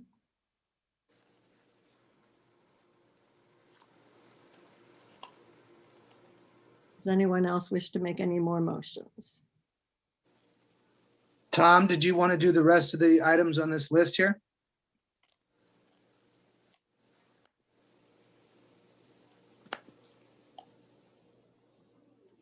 I'm not sure where the list is, so. Well, Aaron made the motion for the second of the proposed board motions. I believe number 1, which was move to accept the report as presented. I think that in Bob's motion, there was a review of that to some level. I don't have the motions in front of me again, where we had the dual screen from Christina. But I think, Bob, your motion did, yeah. Yes, it addresses. It addresses number 1, right? Yes. Yeah. Right. So And there, the motion that was just passed, address number that's number 2. 2. And And The third one was to accept the work plan, and what and I'm third and fourth, gathering from, we deferred. Right, Deferred that's- action on 3 and 4. right, and certainly reinstatement of PrAC and their meeting with Recreational Facilities Working Group. I believe there's a closeout meeting on March 4th that the hope was to get the two together, and they can be looking at both the motion that we passed tonight, the 3 segments on Bob's motion. And I think the 4th motion on before us, which was to direct staff to return in March, is perhaps premature. Is that, as I'm thinking, am I correct on that? Is that the sentiment of the board? It's mine. Okay, and I see Aaron shaking his head. Are we good then? And John shaking his I head? believe it's premature. Okay. I'm fine with moving And forward. because we don't know what the scope of work will be that we're going to ask a consultant to help us with. Yeah. Right, but John, can't staff come back with recommendations on that point? Give us some alternatives? I mean, I would just imagine as part of the solicitation process, you're going to have to give the consultants some idea of what you want to do. And I know, and staff, I trust staff to have those ideas. That's why we pay them. And consultants will come back with suggestions for what they think we should look at too. I mean, point being, we can get this, we're going to get this information without us wordsmithing a scope of work before we take any action. We'll certainly have time and opportunity to nail it down later. I'm not suggesting we shouldn't, but I think we can get the process going, can't we? I would never choose. I've had to hire a number of folks in my career as consultants, and we never did it. We never put out an RFP or an RFQ or a request for concept until we knew what we wanted to do. Okay. All right. Yeah. And it might be that it's more appropriate to come out as part of the working session. That, you know, that makes more sense to try to get a better scope. Sarah. So just clarify, Julie, I think you said March 4th. Is it the Recreational Facilities Working Group meeting? And who are they? Was it the meeting with PrAC?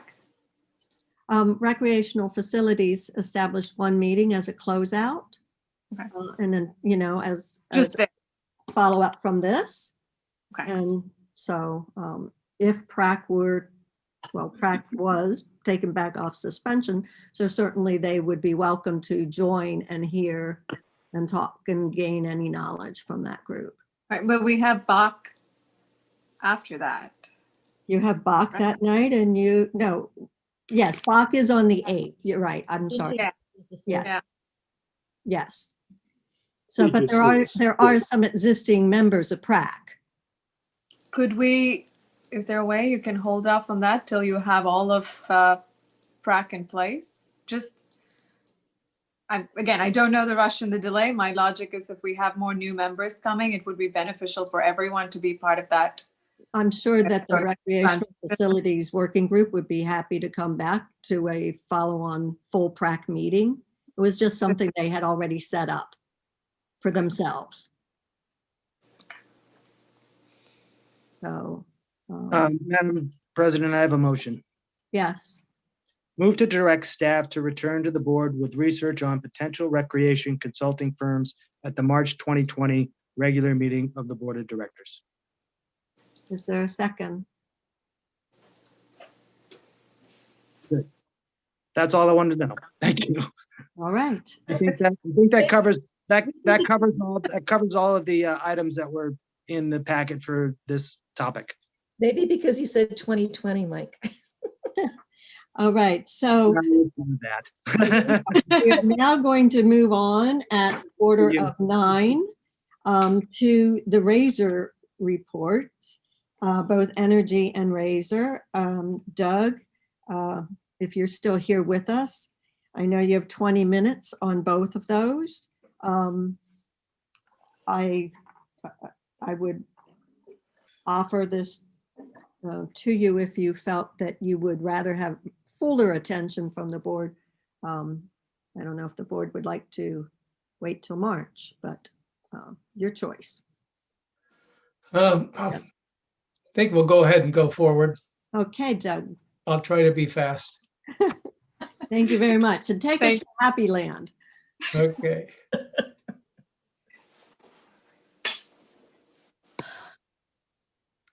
Well, I went to try to share it, and what happened?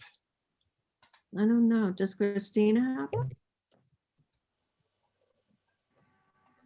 have it? Doug, I have your presentation standing by if you'd like me to put it up and you can just tell me when you want to turn the page. I don't know what's happening here, so let me see.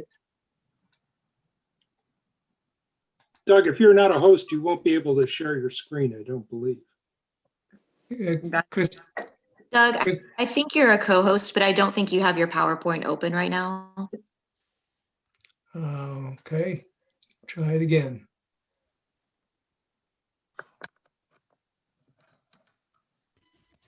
There we go.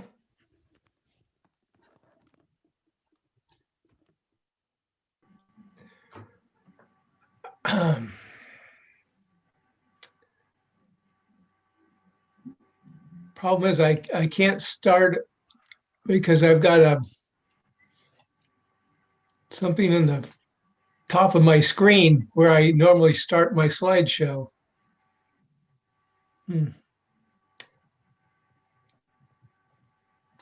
Sometimes the F5 key will kick it off for you. F5. I want to start the animation.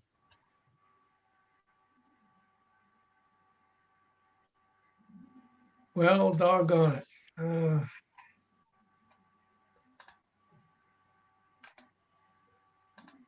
Up there in the top, it says slideshow. Just click slideshow. Yep, I have this up. The mute bar is over it, so I can't get to my slideshow.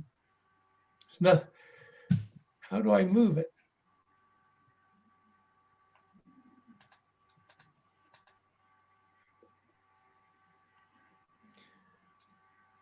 All right. Would you like me to share it for you, Doug? I guess you'll have to. Oh, here we go. All right. Now.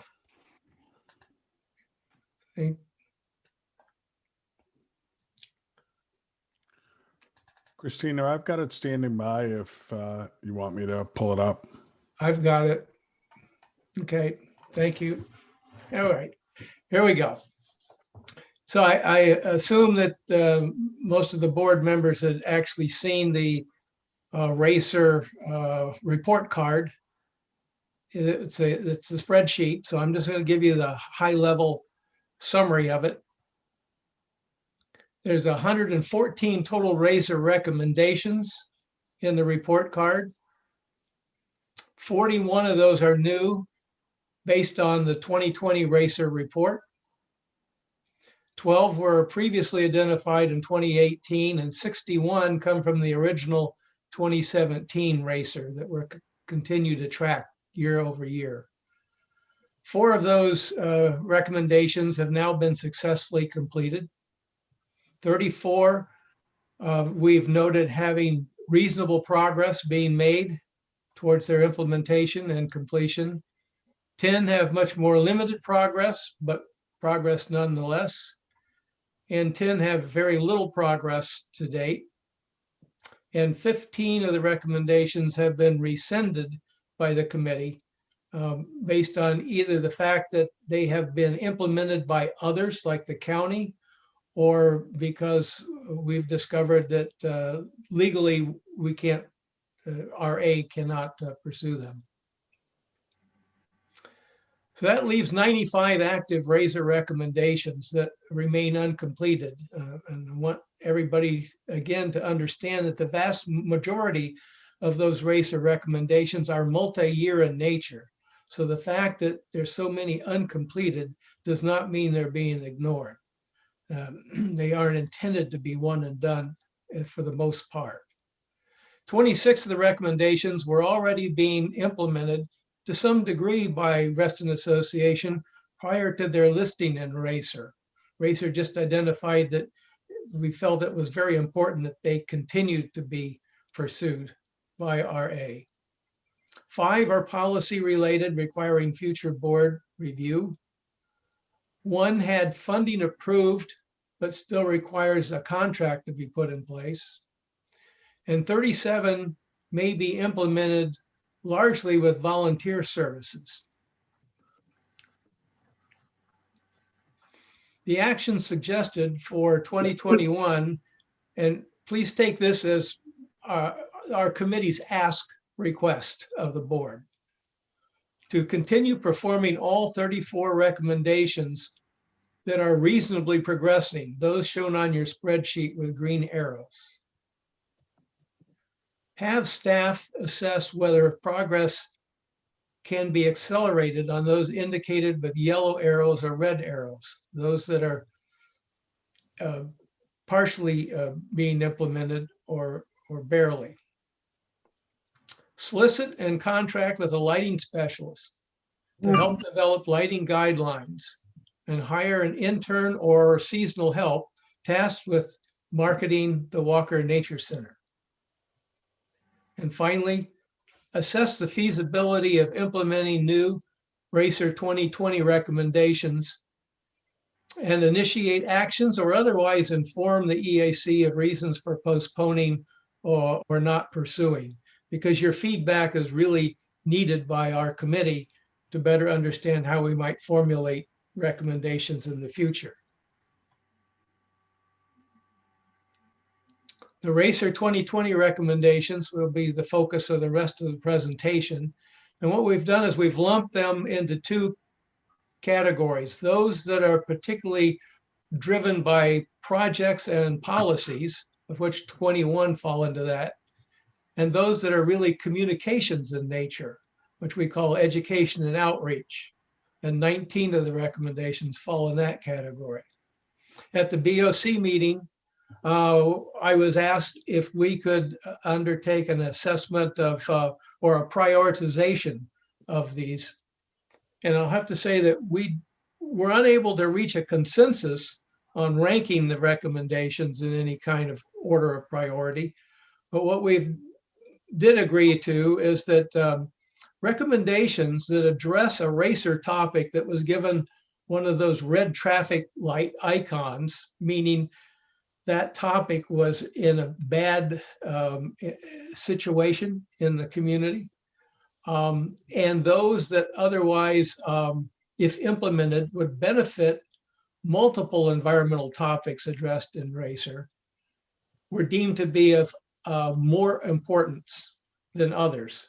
So those were given a green star in this presentation to connote that they are relatively higher in importance in our opinion.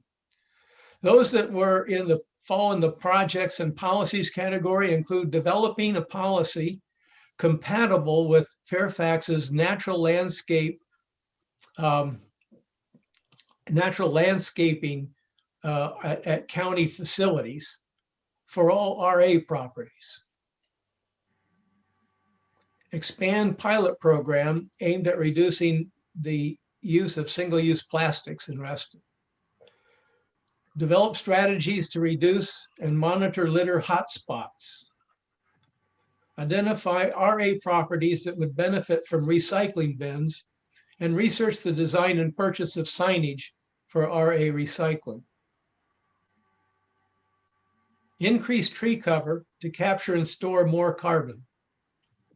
Consider climate change when formulating new policies, planning new projects, and purchasing new equipment. And identify assets and properties demarcated as flood zones, and identify those that are at risk to future flooding from the anticipated more frequent and intense precipitation events that we expect from climate change, and determine what, if any, measures should be taken to prevent or mitigate such flooding. And finally, develop Reston Climate Action Plan to complement county initiatives. This is kind of complex and deserves a little bit more explanation in an addendum that we'll get to at the end of the presentation. What happened to Doug?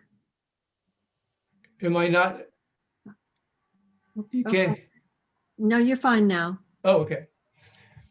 Other policy and project recommendations include investigate the feasibility of installing long-term air quality and meteorological monitoring system in the community,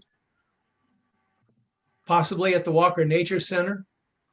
And we think that this can be done with outside funding.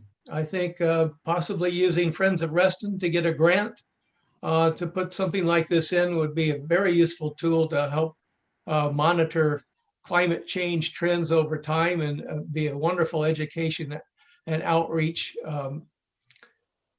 piece of technology for the Walker Nature Center. Increase lake fishery habitat in areas of the lakes that are excluded from dredging.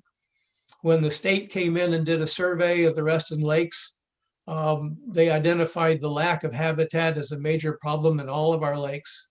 And this again could be something that could be done with outside funding, perhaps more Boy Scout projects which they've already done a couple of habitat improvements in our lakes.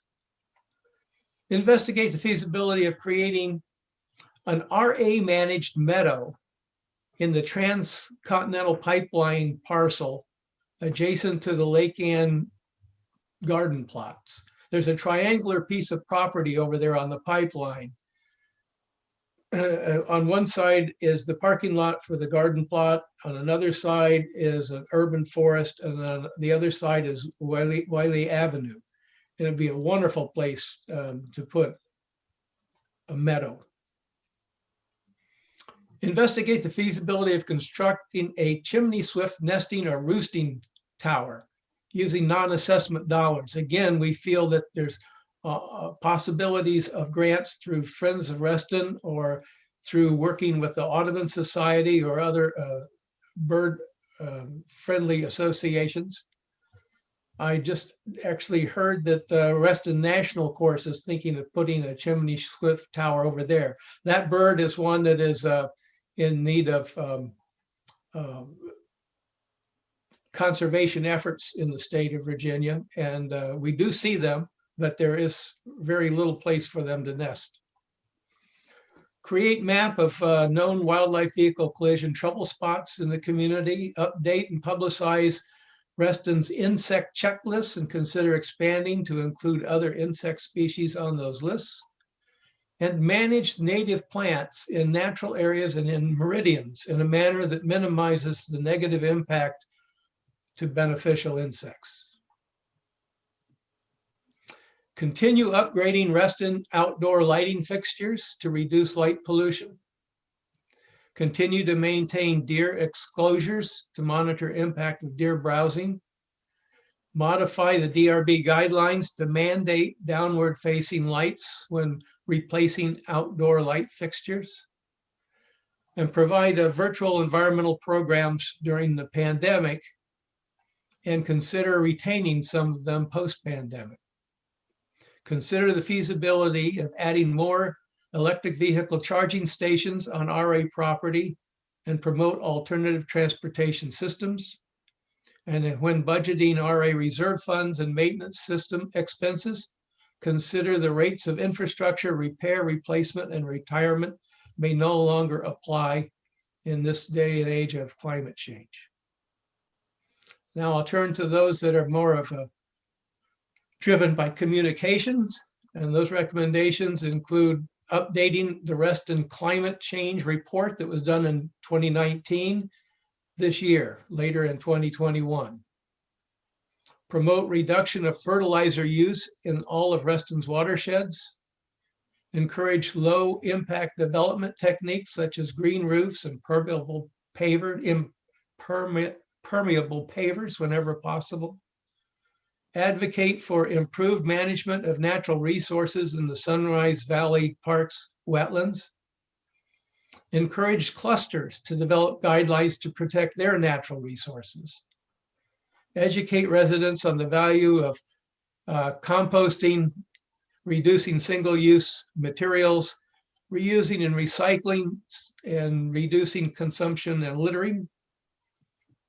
And encourage developers to retain more stormwater on their properties using vegetative roofs and other stormwater detention techniques.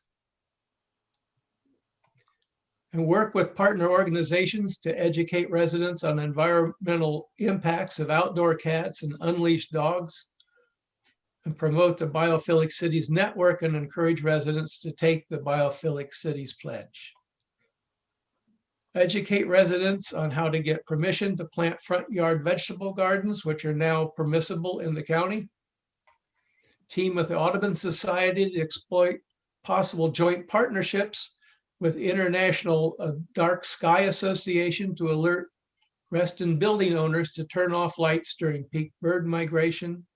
Educate residents on how to prevent bird window collisions, and publicize the danger of neonic pesticides and antifungal agents to beneficial insects, especially bees and butterflies.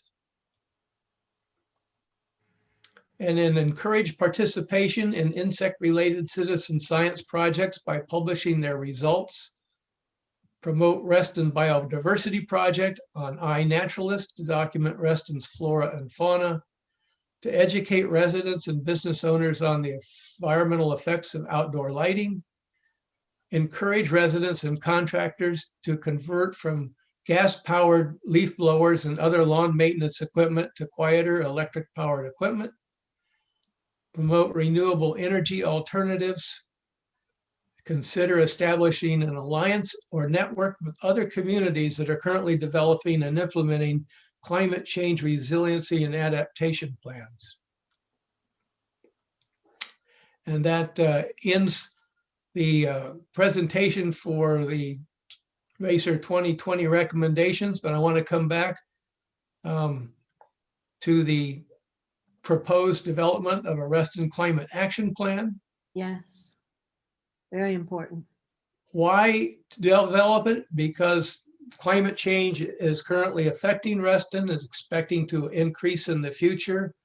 And the consequences of those changes affect both environmental attributes as well as our welfare of our citizens.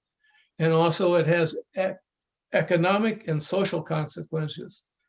Fairfax County, as I think you may be aware, is developing a community-wide energy and climate action plan. And the Fairfax County is also developing a climate adaptation and resiliency plan. Reston needs to understand what specific vulnerabilities we face here as our community and what opportunities we have to address these challenges while complying with what the county is doing.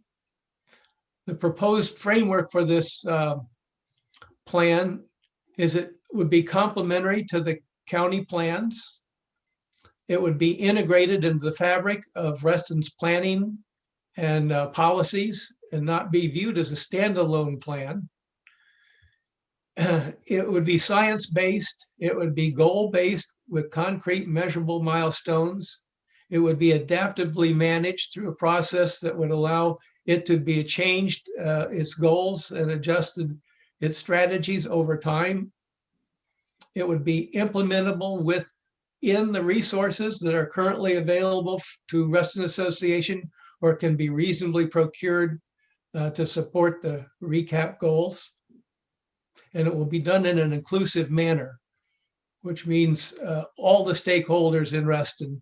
And especially it needs to also meet those most vulnerable populations in our community.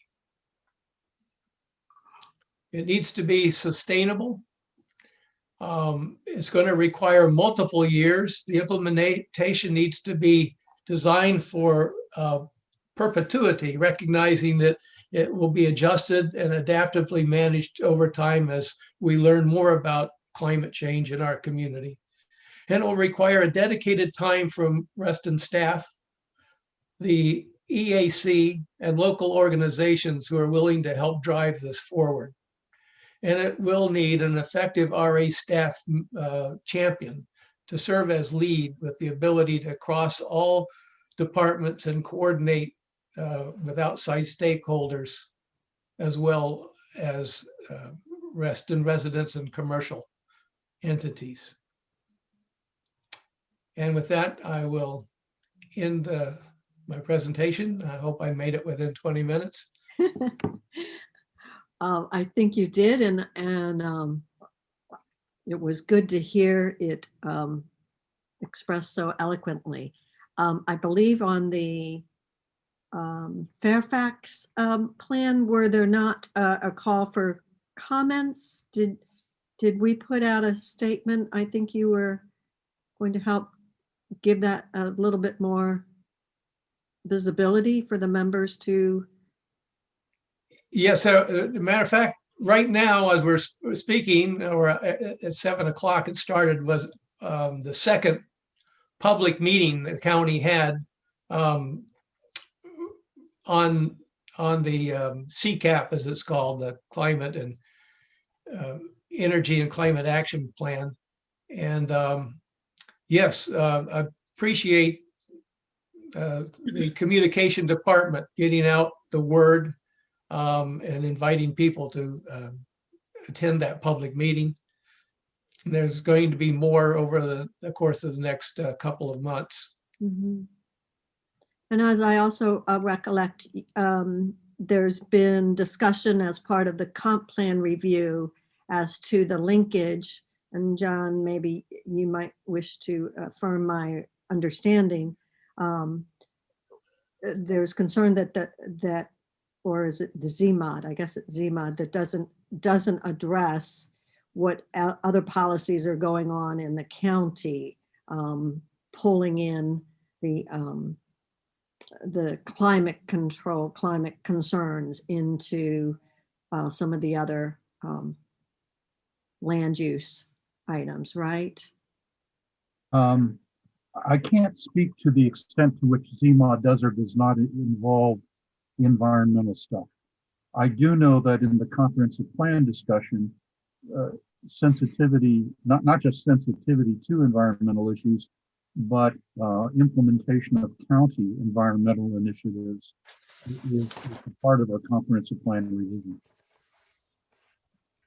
And quite frankly, I already have inquired with Supervisor Alcorn whether or not he would like a fuller report on what our EAC is doing on that. So Great.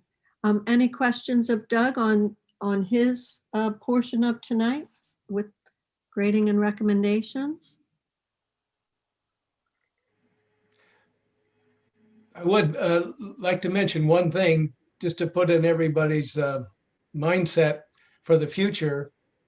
And that is that the county also has an Environmental Quality Advisory Council, the EQAC, and they put out an annual report, much like our RACER, actually. And they take our work as a good example of something to follow, if I recall. Yes, and now with COVID, since their meetings are now all Zoom as well, they have asked at the end of the year, they have a public meeting every year.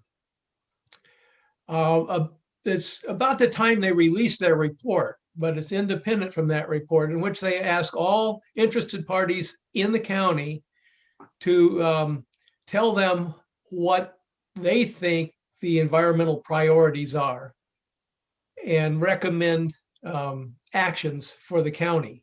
It's a well-attended meeting. I mean, 500 or 600 people usually show up. And this year, because of COVID, they allowed or encouraged organizations as well as individuals to send in videos. Oh. And a number of clusters have done it. A couple of municipalities did it. A whole lot of professional organizations like the Audubon Society and the Isaac Walton League and things like that put together lists of what they thought were important things that they would like to see the county do in terms of environmental projects and policies for the future. I think if we could agree on some of the things that we have as recommendations here, where we couch them as we want RA to advocate for XYZ, where those things are within the responsibility and authority of the county, that we could Rest in Association could put together a little video package at the end of this year and say our community feels strongly about these environmental issues and possible solutions that we would like to see the county pursue. Mm-hmm. I think Alcorn would love that myself, but anyway, I just bring it up now, food for thought. Mm-hmm. It would be in December timeframe when they'll call for that, but I think they'll probably keep with the idea that even if the restrictions on COVID are over, they will accept video and special presentations. Great. Well, we certainly have a great video team in Sean and Mike Leone's purview, and you've got time to pull something together that you and the EAC liaison will certainly move on. So you had another second part to bring to us tonight. Yes. An interesting one, I think, that we haven't been exposed to in that light. So I am going to turn the meeting over now to Dr. Eric Goplerud, who is going to present the Reston Energy Report. Eric is a nationally recognized health policy expert and serves as the lead for the EAC Energy Report project team. Eric is founder and current chairman of the board of Faith Alliance for Climate Change, which now includes more than 75 congregations here in Northern Virginia. Previously, Eric was a professor in the Department of Health Policy at George Washington Medical Center, an associate administrator for health policy and planning at the Substance Abuse and Mental Health Services Administration. He's frequently testified in front of federal, state, and county officials on energy and climate matters. So with that, let me turn it over to Eric to present the highlights of the energy report. Great. Great. I believe that somebody over there has my PowerPoint. Okay. Yes, here we are over there. There you go. Terrific. Okay. Hello to the board. My name is Eric Goplerud, and I am the lead of the project team that developed a brand new report. One of these things where Doug Britt and I were having coffee out at the Lake Ann Coffee House talking about the state of the environment. And I said, well, yeah, energy and alternative energy and building energy efficiency, those are really important issues. And he turned to me and said, well, would you like to write something on it? You know, it's one of the problems about asking something of Doug is that he's very good at getting you to volunteer. This is a new report. It is very similar to the climate report that you saw in 2019.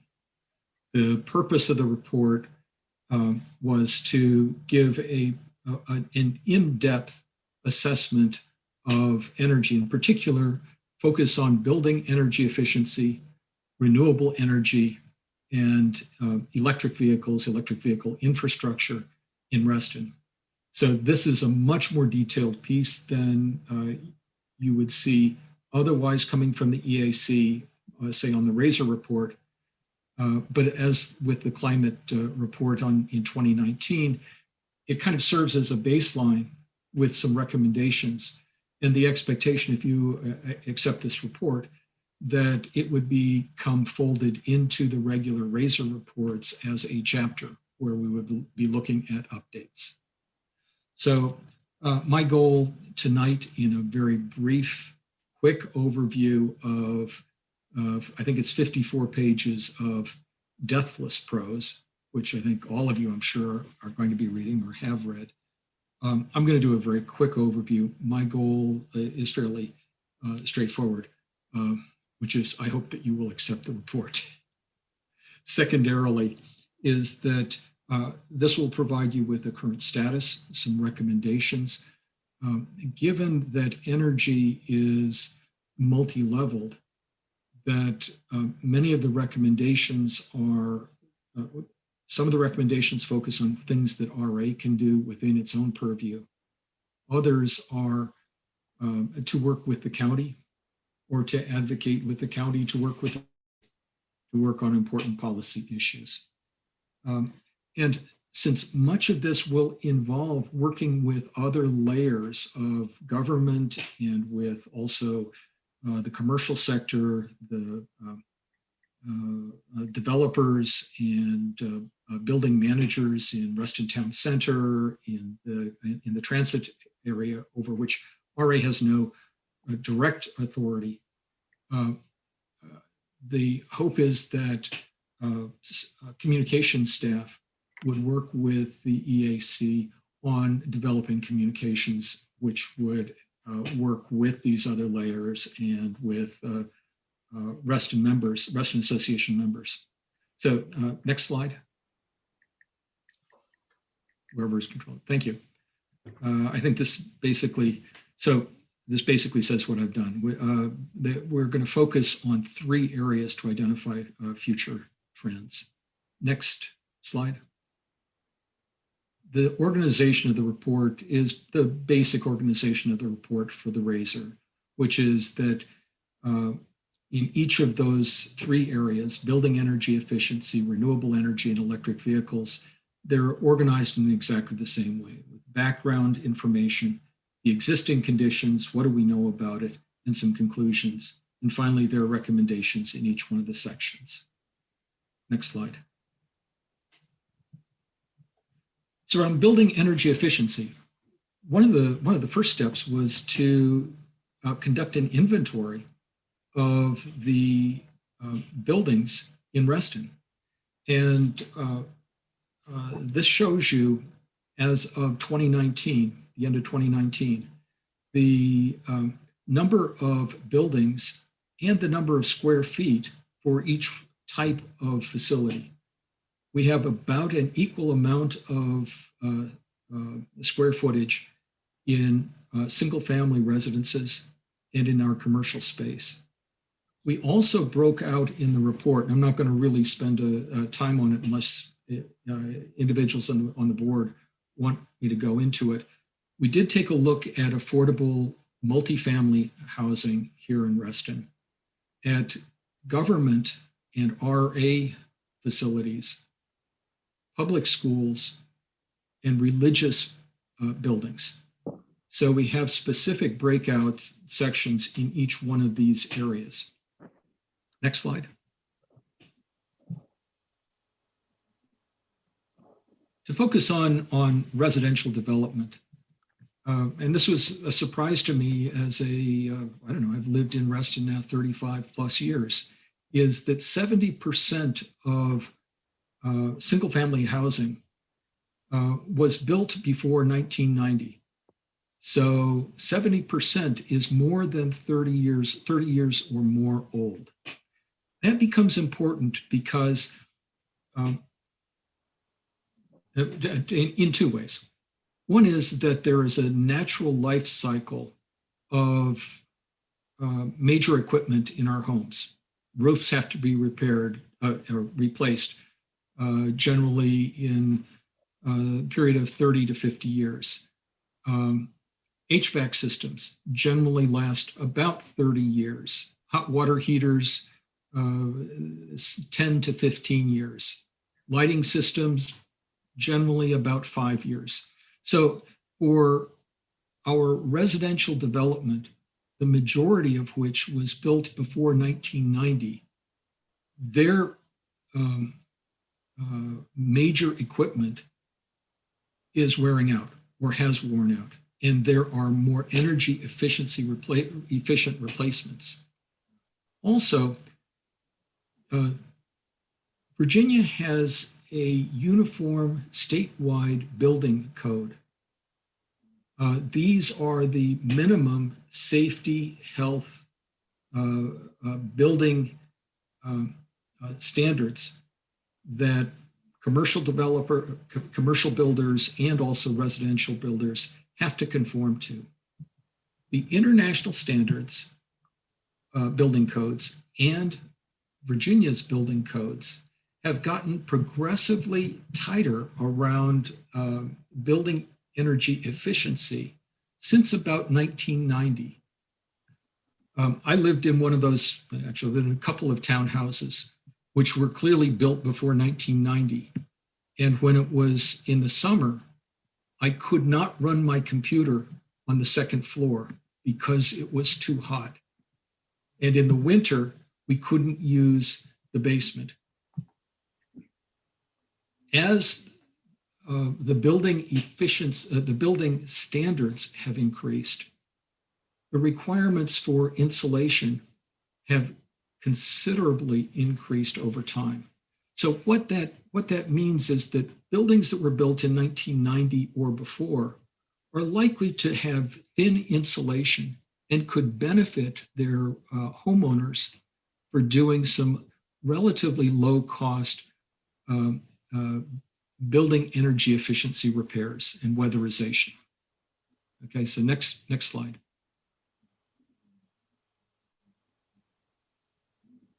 In our commercial development, We have a similar pattern. 60% of our commercial development and about 2/3 of our square footage of commercial development in Reston. And so this is getting outside of the RA area, but in the Reston, I guess, boundaries. We have about 370 buildings. 60% of it was built before 1989. And again, the same building codes or similar building codes were in place and have gotten increasingly more energy efficient, 50% or more between 1989 and the present. Next slide. So as I was mentioning, the Virginia Uniform Building Codes, as they've gotten tighter, the gap between the energy efficiency or the opportunity gap for bringing our older buildings up to current standards has grown. And so the older the building, the greater is the opportunity for making weatherization and building energy efficiency repairs, which could increase comfort, would allow folks like me to be able to use the second story of my townhouse in the summer, or the basement in the winter. And as Reston continues to grow, and the projections from George Mason indicated pretty substantial growth. All of this was pre-COVID and all of that. New buildings will be built to a higher level of efficiency than the ones that currently exist. Also, both the residential and commercial, as I said, the older buildings are reaching the end of the product life cycle for their HVAC systems, their roofs, their lighting and insulation. And so there are opportunities for them to do upgrades to this equipment that will save them money, and also importantly, as both Doug, the EAC, and our group focus, reduce greenhouse gases that are produced here in Reston. Next slide. So there are a number of recommendations, and they're detailed. There's greater detail in the report. Some of them have to do with advocating or working with the county to work with the state to improve and strengthen our building codes, and to support public benchmarking of energy use of government and commercial buildings. But others are ones that RA can do to communicate with residents and with the commercial building owners and managers in town center and in the transit corridor. There are a number of capabilities for making energy efficiency upgrades with very inexpensive county-backed financing called CPACE. Also, there are some programs that are going to come in based on 2020 legislation in Richmond that will make it possible for us to, the county, to do energy efficiency upgrades for low-income Reston residents and for our low-income housing here in Reston. Certainly, we recommend continued implementation of energy efficiency upgrades in RA facilities and properties, and for inclusion of energy efficiency in the updated Reston Comprehensive Plan. Next slide. The next section of the report is on renewable energy. And this slide, I think, is a useful one to just take a comparison between where the US average is in terms of alternative energy and energy use and where we are in Virginia. Virginia is far more reliant on natural gas than the US average. We have far less coal-fired power plants, more nuclear, but I want to particular point towards the renewables. We have about, but 2/5 of the rate of renewable energy in Virginia than in the rest of the country. And let's go to the next slide.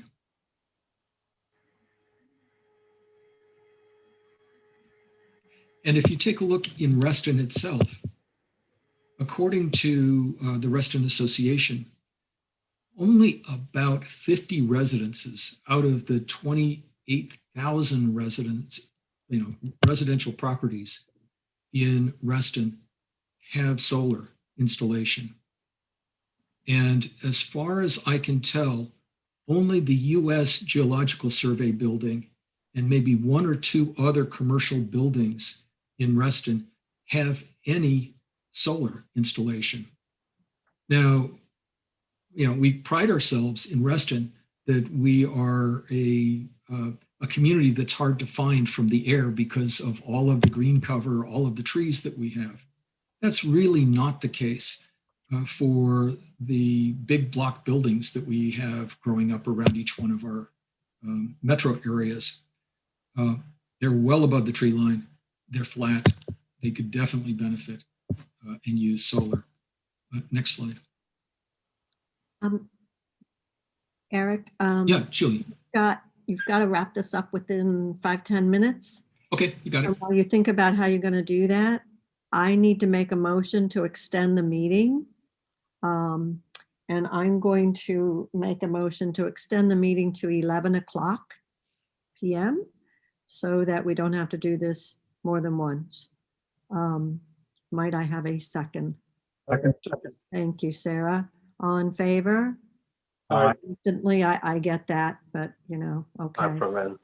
Thank you. I would make it later. We're gonna do this again, we are.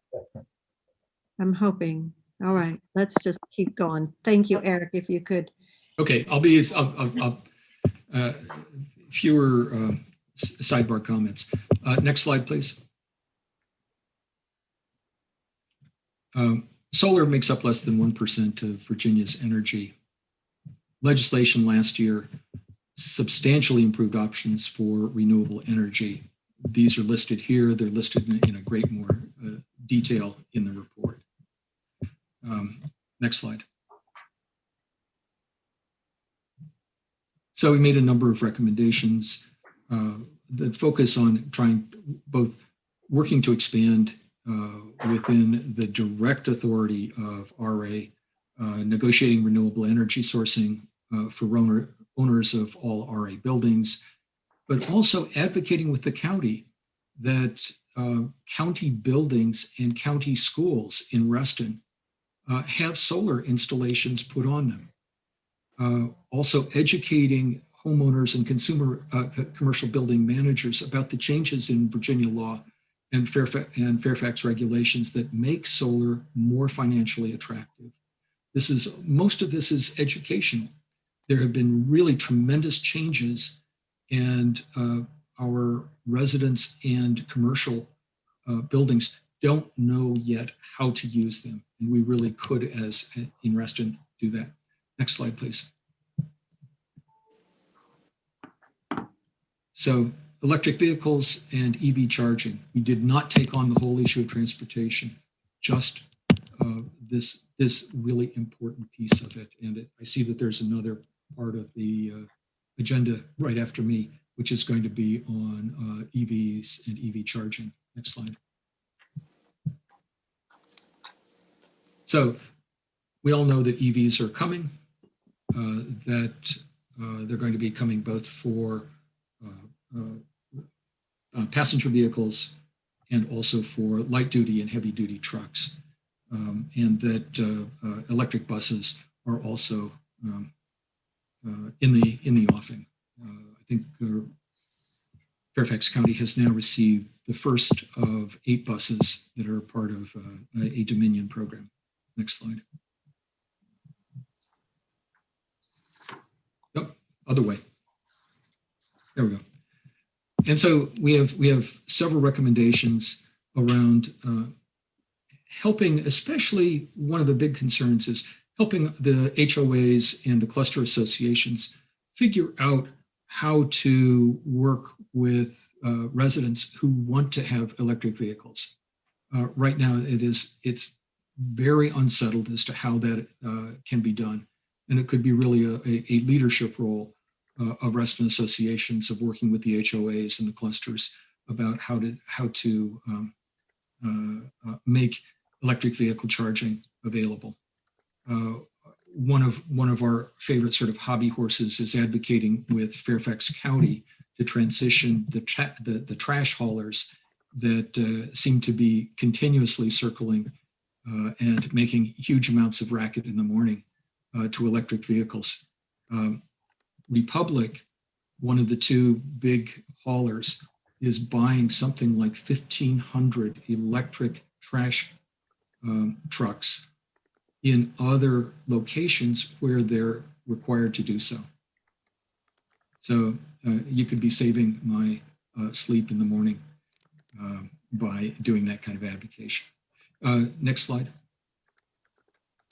And that really is my 5-minute wrap up of a very detailed report. The hope is that you as the Resident Association Board will accept this report, that you and staff will look at the recommendations, and that Resident Association Communications will work with the EAC to help publicize the report. Thank you. Thank you. Sarah, did you wish to comment? I do. I have a very, very quick question. I'll promise I'll be short. I don't know if Chris is on this call. We're looking at an underpass lighting, and it's been on our radar. And a question I had brought up was, have we looked at solar? And so if there was any way that you could help sort of guide us, I'd like RA to start looking at every decision where we explore those options. It may not work out. I'm not saying it will, but I would love it if we could explore energy efficient options on all of those decisions. So Doug, I know you're copied on those emails. If there's any way we can connect Eric to Chris, that'd be great. Will do. Thank you. Any other questions of Eric by the board? I believe, Doug, you're planning to incorporate this energy component into some future RAISER reports? Correct. Yes. Just as we did with the climate change report that was a standalone, and now it's a chapter in ongoing RAISERs. We expect this to be an ongoing chapter. And so these recommendations will then be put into the report card and carried forward. I see a thumbs up from Mr. Mooney on that idea. Bob, did you have a thumbs up or a question? Just one quick question. And it's really an observation on in our package where you have the solar panels or lack thereof. I just wanted to point out, although I very strongly dislike the architecture of the building, the two XO towers, which are in the lower right-hand corner. It is the only commercial building in Reston that meets the Platinum LEED standard. And if you notice, it's the only one that has no orange or yellow. So it is the only one in Reston that is a commercial building that is meeting current standard. It's a pretty interesting building. Just wanted to make that point. Thanks. Thank you. Anyone else? Are we ready to move on? He gave us a good segue into the electric vehicle conversation, which is the next item on our agenda. So, Julie? Yes. Do we wish to accept the report, or is that a necessity or a desirable thing to do? If you would like to make a formal acceptance of both the RAISER grading or just the energy utilization report? I move to accept the RAISER recommendation report as well as the Reston energy report. They're both fantastic documents and provide a lot of information about how we can do things better. Thank you. Certainly do. And I believe we have a second from Sarah, our EAC liaison. Yes, I'm sorry I dropped the ball on that. Thanks, Bob. Okay. So all in favor of accepting these two reports tonight? And Aye then, for Ben. okay, so I believe it's unanimous. Mike. Sorry, Tom, it's back to you. Okay, I'd like to follow up. Thank you, guys. I really appreciate Doug and Eric's presentation. I'd like to follow up on their presentations. And I have, I'll make it quick. I have two motions on electric vehicles to present. Both are basically just asking staff to do a feasibility study. And I don't know if we have that, the motion that everybody can look at, or if I should just read through it. Tom, I think we needed to let people know that what was in the packet as far as motions. Okay. Somehow we got the wrong motions in the packet, but I believe that Christina, you've brought up the correct motions. Yes, can everybody see that? I cannot read it. The motions that were in the packet were actually last month's motions, which we already dealt with. So there you go. Perfect. Perhaps you could read that for us, because I agree it's a little hard to see. Do you want me to go for it? Oh, I see. Can everyone make it big enough on their screen by moving their people off to the side? Would you, I can also read them aloud if helpful. Did you want me to just make the motion and read it aloud, Julie? Where was Tom? I'm still here. I was looking at apparently the wrong one. Okay. Yeah. Christina, why don't you go ahead and read it? Okay. Motion 1, move to direct RA staff to consult with the DRB and Covenant staff to develop procedures as to how RA, the DRB and Covenants may assist clusters consider whether the installation of EV charging stations are possible or advisable on common and or member property. A, DRB should consider design standards of such facilities and covenants for related concerns, if any, whether on common cluster property or cluster member property. B, RA staff should provide an analysis of the elements to be considered by clusters in reaching such decisions regarding the installation and operation of such facilities. That's motion 1. Motion 2 states, move to request RA General Counsel within the next 30 days to provide the board with a legal analysis of potential risks, potential liabilities, and measures needed to address the installation and operation of EV charging facilities on cluster member property, cluster property, and RA property, as well as potential liability to RA resulting from the installation of EV charging stations on cluster property. The analysis should consider A, the recent amendment to the Virginia Real Estate Cooperative Act regarding electric vehicle charging stations permitted, Virginia Code Section 55.1-1823.1. B, current Fairfax County zoning requirements. C, zoning and permitting changes proposed by Fairfax County Planning Commission ZMOD. And that's it. Okay, Tom, any more background on it? I thought this was what we passed last time. These were, and Tony has already provided the analysis. Yes. I thought we were doing two feasibility studies that were not presented last meeting, that were talking about vehicles for Reston Association and then EV charging stations throughout Reston facilities, which was an information that we had this evening. And I have the right ones if you want me to read them off. No, I'm those I have. pieces of paper and confused about what instructions I'd been told that it was wrong. So, what's everybody's memory of, if anybody remembers from the last meeting? Do you recall? I thought what was just presented was presented last time.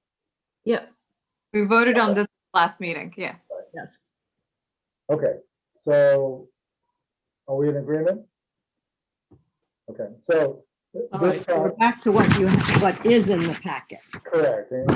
Right, well, and whoever sent it to me, thank you very much for incorrect information. So this time we basically had two feasibility studies that we were asking for. And I don't know, if, again, Christine, if that is in the packet, if that's able for everybody to read it, I'm happy to read through what we have, but it might be easier. I should be able to bring it up once Okay. again. Thank you. There we go. So the first motion, again, is that we're giving move to direct staff within the next 120 days to study the feasibility of replacing RA's present fleet of fossil fuel vehicles over the next 10 years with EVs and install a level 3 charging station at the Central State Services facility to recharge such vehicles. And I guess I'll read through it, but at a minimum, the study will address the comparative cost of acquisition, operation, maintenance and repair of EVs versus current gas-powered fleet of cars, trucks, and buses. The estimated financial and operational impact on the operation of central service facility, including a conversion timeline, the skills needed to maintain both the EVs and existing fleet and the necessary equipment to do so, the expected cost of installation, operation, maintenance, and repair of such EV charging stations, and their expected useful lives compared to the cost of fueling gas-powered vehicles, and the estimated useful lives of both types of vehicles. So that would be motion A. Motion B was to move to direct. Tom, sorry to interrupt, but if you just made that motion, I'd like to second it so we can have a vote on it. That's motion one. Mike has seconded. Do we have any discussion, or should we move on? We can vote. Okay. All right. I can't see your hand, so Julie, if you can be in charge of that. Yes, I will be. Thank you very much. All right. All in favor of the first motion A? All ayes. I see Sarah, Bob, Aaron, Karen, Tom, Julie, Mike, yay or nay? Yay. I from Ben and I from Mike. And what did I have from John Mooney?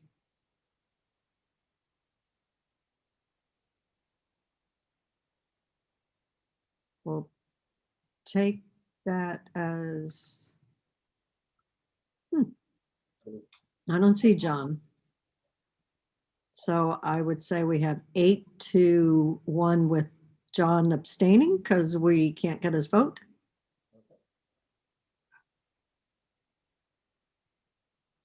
Okay. Thank you, Mike, for that. I'll move on to motion B. Move to direct RA staff within the next 90 days to complete a study of the feasibility of RA offering RA members EV charging at one or more RA facilities. Scope at a minimum, the study will address the specific charging station types, level 2 or 3 recommended, location requirements and whether any available RA locations meet such requirements, the anticipated cost of installing, operating, maintaining, and repairing such stations, the anticipated volume of use, the anticipated cost to the users of such stations, whether such an effort makes sense for RA to enter into and would be competitive, and the amount over all costs which would have to be charged to render a meaningful profit, what net revenue can be anticipated, and over what period of time would staff assume this would occur. Do we have do we have a motion? Are you moving that, Tom? Yes, A second. Tom is moving it and Karen's seconding it. Do we have any discussion on motion B? I have a comment. Yeah. So in light of the report from council, I don't expect the outcome of this this study to be positive. From the 10,000 foot level, it looks like there's lots of negatives, and so I'm wondering whether this would be a good use of staff time. I am persuadable that it might be just to have good hard data, but I don't think this is a business RA should be getting into from the data I have right now. Tom? I just throw in, we've looked at and we've discussed many meetings about different non-assessment revenue. This is the possibility, and agreed, this may not be something we're gonna go forward on, but I think we should look at the opportunity just to say, is it worthwhile? And then if it's not, then we can say to our membership, we looked at it, it wasn't worth it to do it. Or it is. Thanks, I'm persuaded. Any more discussion? I'm going to call the question then. All in favor of motion B? Ayes? Aye. Okay. Oh, Mooney's back. And Ben? Are you an Aye aye? from Ben. An aye from Ben? Great. So that one passes. John, we missed whether or not you wish to vote on motion A. I supported the first. All right, so then it was unanimous on both of them. Christina, could you make that correction on our vote record? All right, anything more on this topic? Are we ready to move on to Lake Thoreau pool progress? Ready to move on. Great. Okay, I think we're up with Chris. We've been waiting to hear about, at least I am, it's my next door pool, so interested in where we are on this. Sure. Just make sure you guys can all see the screen here. You guys see the presentation? I can see it. Think we're Perfect. good. Okay. All right. So I'm going to give you guys a quick update on Lake Thoreau Pool. And this has been a very popular topic that a lot of people wanted to know where we are with the project right now. So this is just an example of the project life cycle that we follow for all of our capital or all of our major capital projects for Reston Association. So right here, you can see the project life cycle. We have from initiation all the way to the evaluation phase, and we have multiple ones in between. And with that, we also have these key decision points kind of strategically placed between certain phases. So in 2019, we got through the KDP 0 phase, which went from the project initiation into the planning and scoping. And so that's when we started doing the work with the public on kind of getting the input from them, developing the initial concept plan. And then eventually we moved forward with KDP 1 the end of last year, which then got us into the design, architecture, and engineering phase. And so that yellow dot represents where we currently are in the project life cycle. So with that, we're in the design phase right now. So we've thus far completed the project kickoff, which was in early January. We're through the 60% drawings right now. The DRB application has already been filed. I sent out about 300 notices yesterday through the mail, and then that application will be reviewed on March 16th by the DRB. And right now, the current timeline is we have the board approving the design phase of the project at the next board meeting. So kind of understand that the schedule that I've been giving right now is kind of based upon some assumptions right now. Just kind of getting into the design team that we've put together thus far for the project. But before I get into that, actually, I just want to let you know that generally speaking, the project is on budget, but we are projected to be behind schedule approximately 3 months. Now, this is really because of the impacts that COVID has had, both on materials, labor, and in a lot of other facets. And then especially with Fairfax County and the permitting system, things that used to take weeks now take months. And so just assuming for that to kind of continue on at least for a while longer, especially during this engineering phase, we're likely to see some delays. So I think originally the plan was to have the facility back open by the July time period of 2022, but right now it's looking like more like October. But again, we're early in the life cycle, so there's still a chance that we could actually make that time back up and potentially move it back to where we originally forecasted it. So getting to the design team. So Kimley Horn has been hired as the chief project engineer with the help of several sub-consultants, including LeMay Erickson for architecture, Councilman Hunsack for the pool design, GRS Group for survey, and Terracon for the geotechnical. We've thus far completed the boundary, utility, and topographic surveys. So you probably saw a lot of activity out there, some ground markings. LeMay Erickson has done the architectural review of the existing conditions of the building. The geotechnical survey was done about a week ago. We had a drill rig out there that took some core samples. They're still evaluating some of that information. And then, we're at the 60% design drawing phase right now. And so, like I said, the upcoming tasks we have are the DRB application for the initial concept review in March. Here's getting some of the exciting stuff, some of the design updates we've kind of developed thus far in the project. So the biggest one, and the one I'm most excited about, is the possible elimination of that lakeside retaining wall.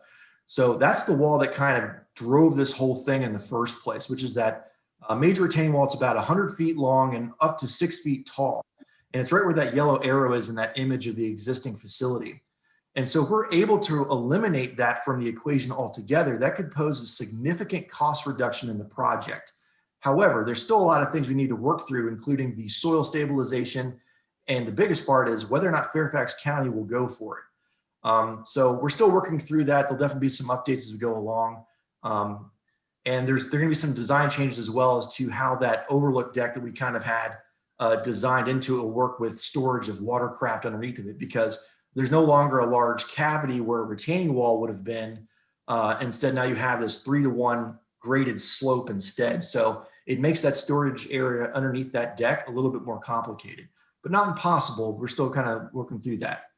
We've also integrated the family use bathroom into the main bathhouse. This is kind of a common element in a lot of modern facilities. So that's one thing we've kind of added into the design interior of the building.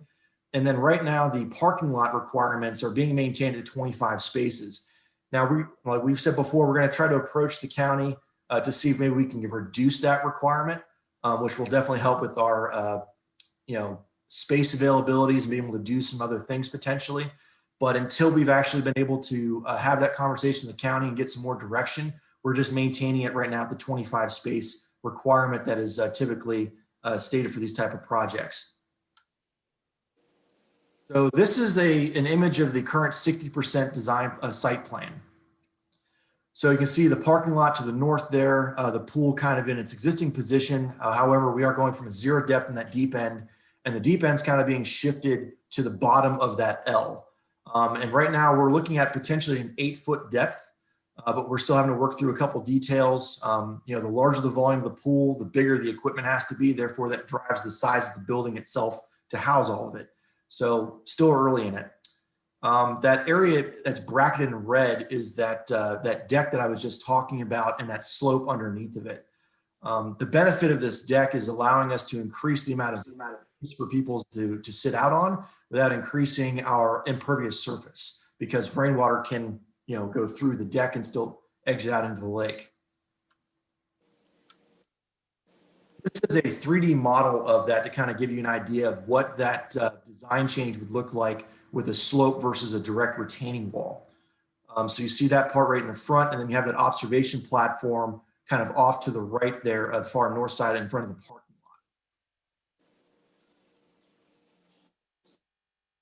lot. Chris, can I ask a quick question on the, is that strictly a grading issue, or would you have to do something in order to retain soil?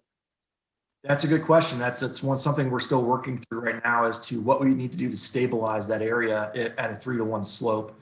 Would it be some kind of like a vegetation solution, or maybe a wire grid that might be buried underneath of it, or stone perhaps would work. So there's a couple different pieces of that we need to figure out still, which is where that geotechnical survey kind of comes into play.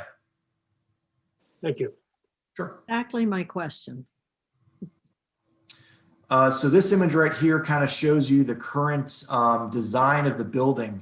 So you have that, that wedge shape that kind of stays, and our objective is to try to use as much of the original building as possible. It helps keeps the costs down, and it also kind of helps retain some of that building's architecture, that classic architecture. So LeMay Erickson's kind of worked in this addition off the front to give us the office entry space that we need, to then give us the more space we need inside the bathhouse for the ADA compliances for the showers and toilets and things of that nature.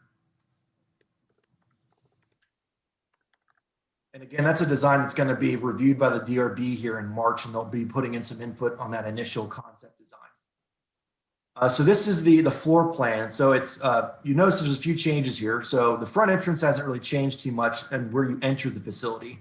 The guard area, instead of being kind of sandwiched between the men's and women's room, is now all the way up front.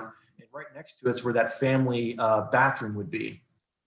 As you go past the guard's office, you then get into the bathroom spaces. So you can go straight ahead into the men's room, or hang a left, you're inside the women's room.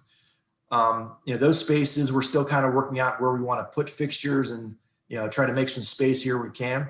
The pump room is now on the southernmost portion of the facility, where it used to be kind of where the women's room is in this diagram. Again, we're still working on the design of that size, because we have to fit all the equipment in there, which is a bit of a tricky situation with the amount of space we have to work with. But we're getting close. So this is kind of looking ahead now. These are the next steps we're going to be going through. So right now, after we get through KDP2 in March, hopefully, then we'll get into the estimation and procurement phase. And so that involves, getting our 80% drawings, which we're thinking around late April. We'll also be doing a pre-qualification of contractors around that time period as well, to then prepare for the issuance and RFP in early May. We'd then be making the contractor selections around late June, and then by July we'll have final DRB approval, and then in August we'd be looking at getting the contract reviewed by the board and approved. And you might notice, we're at 80% drawings, but we're already looking at hiring our contractor. There's a good reason for that.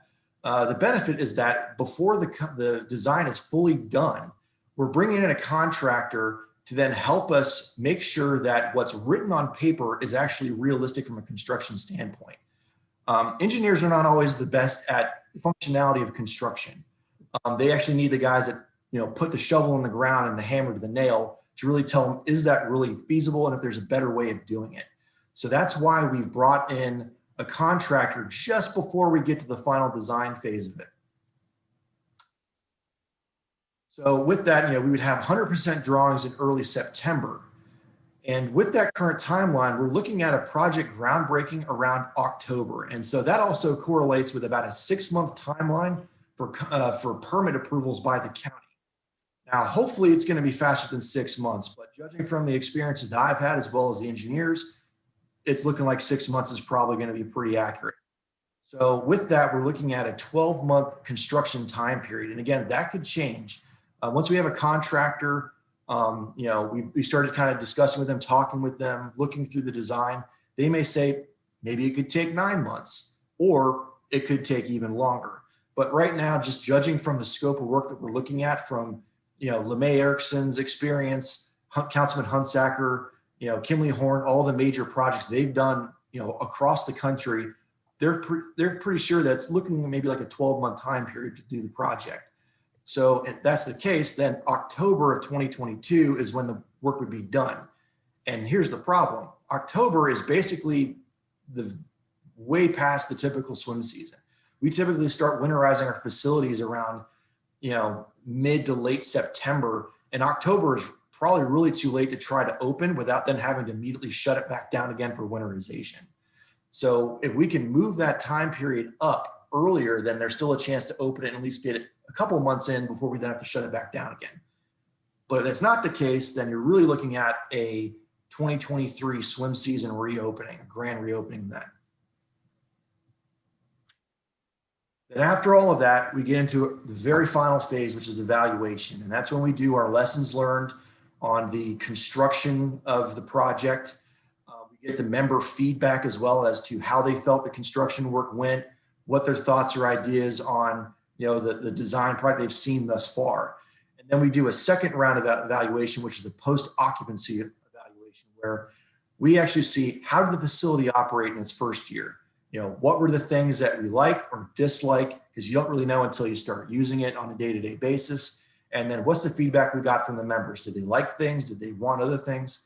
And so you collect all that information, and we start applying that to the next project. And then after all that, around early fall of 2023 is when we're thinking we close the project file, and that finishes the project.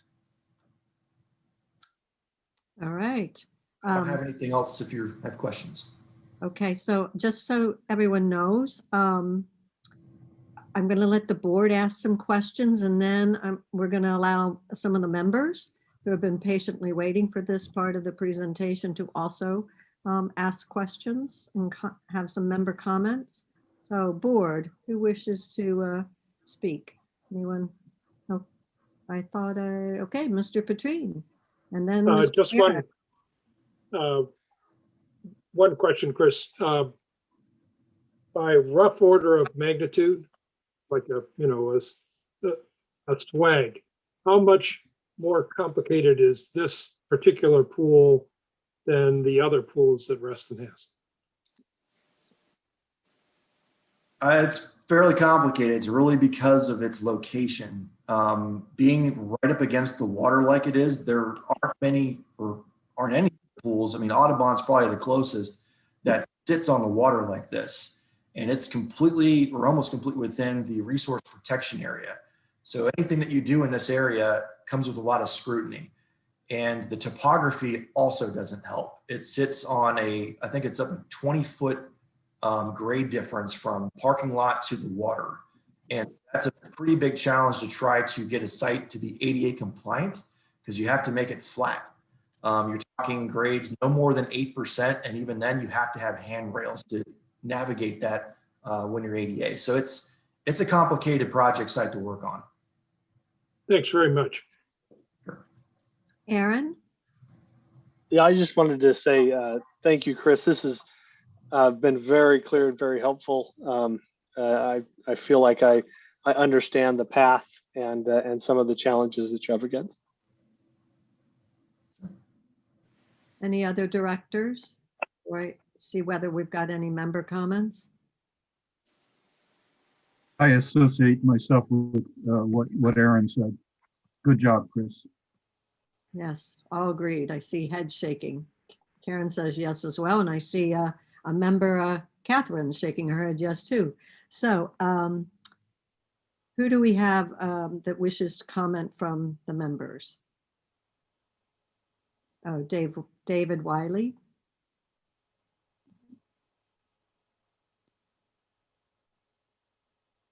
Yeah, hi, this is David Wiley, 1929 Upper Lake Drive. Thanks for the presentation, Chris. My question was not on the pool, but was asking about the dock in the lake. There's an existing dock? Is that staying as is, or is that being moved? I couldn't tell. So right to the right of that bracket is where we have the proposal for a dock. Now, we don't really know exactly what that's going to look like. Right now, it sort of extends out in the lake and there's a small ramp connection to it. It may be something a little bit more simplistic where it stays and kind of hugs the shoreline a bit more rather than being extended out. But there is a plan for some type of dock to remain in that area for fishing and observation. So a new dock is being constructed, is what you're saying? Yes. Thank you. That was the question. All right. Anyone else?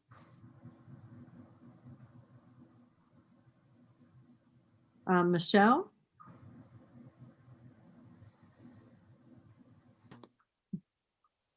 Can you unmute Michelle Kimmel for us? I think I'm unmuted. Okay. Am I? Okay, so I think you probably know that delay is very concerning to the folks who live nearby and the folks who use the pool.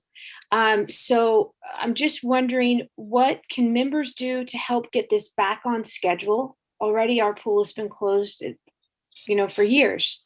And then I'm wondering if you can also just better explain the delays, because, I understand COVID delays, but no materials have been purchased yet. So I really don't understand how materials could, at this point, cause a delay. Okay, Chris, you want to take a swag at that? I believe the pool closed in 2020. It was open in 2019, but it will certainly be closed again this year. So Chris, you want to try to answer Michelle's question? Sure. From the public's perspective, definitely your ongoing support of the project. If at this point, I don't really know exactly what else could be done. Just continue to support, be engaged, be interested in it. And from the impacts on the delays. Now, you're right. There is a bit of uncertainty, especially for a while, to know how the impacts on materials will be. But here's the thing. A lot of projects around the country and in this area have been slowed down or stalled quite a bit because of material shortages. And that's likely going to have continued rippling effects, especially as a lot of the manufacturing plants kind of get back up to speed again. I mean, they're still hurting on a lot of raw materials, steel, wood. A lot of those are just still not able to keep up with the demand. And it may not be able to get caught up for a while, even after COVID sort of passed. And then the biggest issue with the delay, I think, is the Fairfax County permitting process. They're all working remote, and there's been a lot of trouble they've had. I mean, I've had so many different permitting issues. I've had permit expediters even express to me their frustration at getting things through the county in an expedient fashion. And that's a big part of it. I mean, they're not even doing on-site inspections right now. They're actually calling in to contractors and doing field surveys with a phone versus in. And so that complicates, that slows things down quite a bit in certain circumstances. So, it's best to be conservative at this phase so early in it. And while we're still very much in the thick of COVID, to be, saying, yeah, we're going to be on track right now, because we were saying July before a lot of this was happening. So I think it's wise for the time being to kind of go in it with some expectations at this point that we'll probably hit some delays.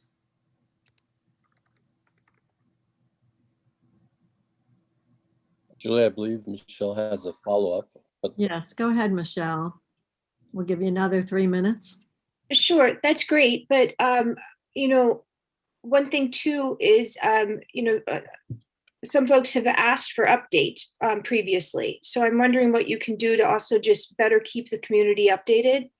So, can you speak to that on how you can keep us engaged and, let us know on timeline issues and not have to have us, ask repeatedly what's going on? Sure. I mean, so the capital project page on our website is kind of the go-to resource for a lot of the information that's been collected.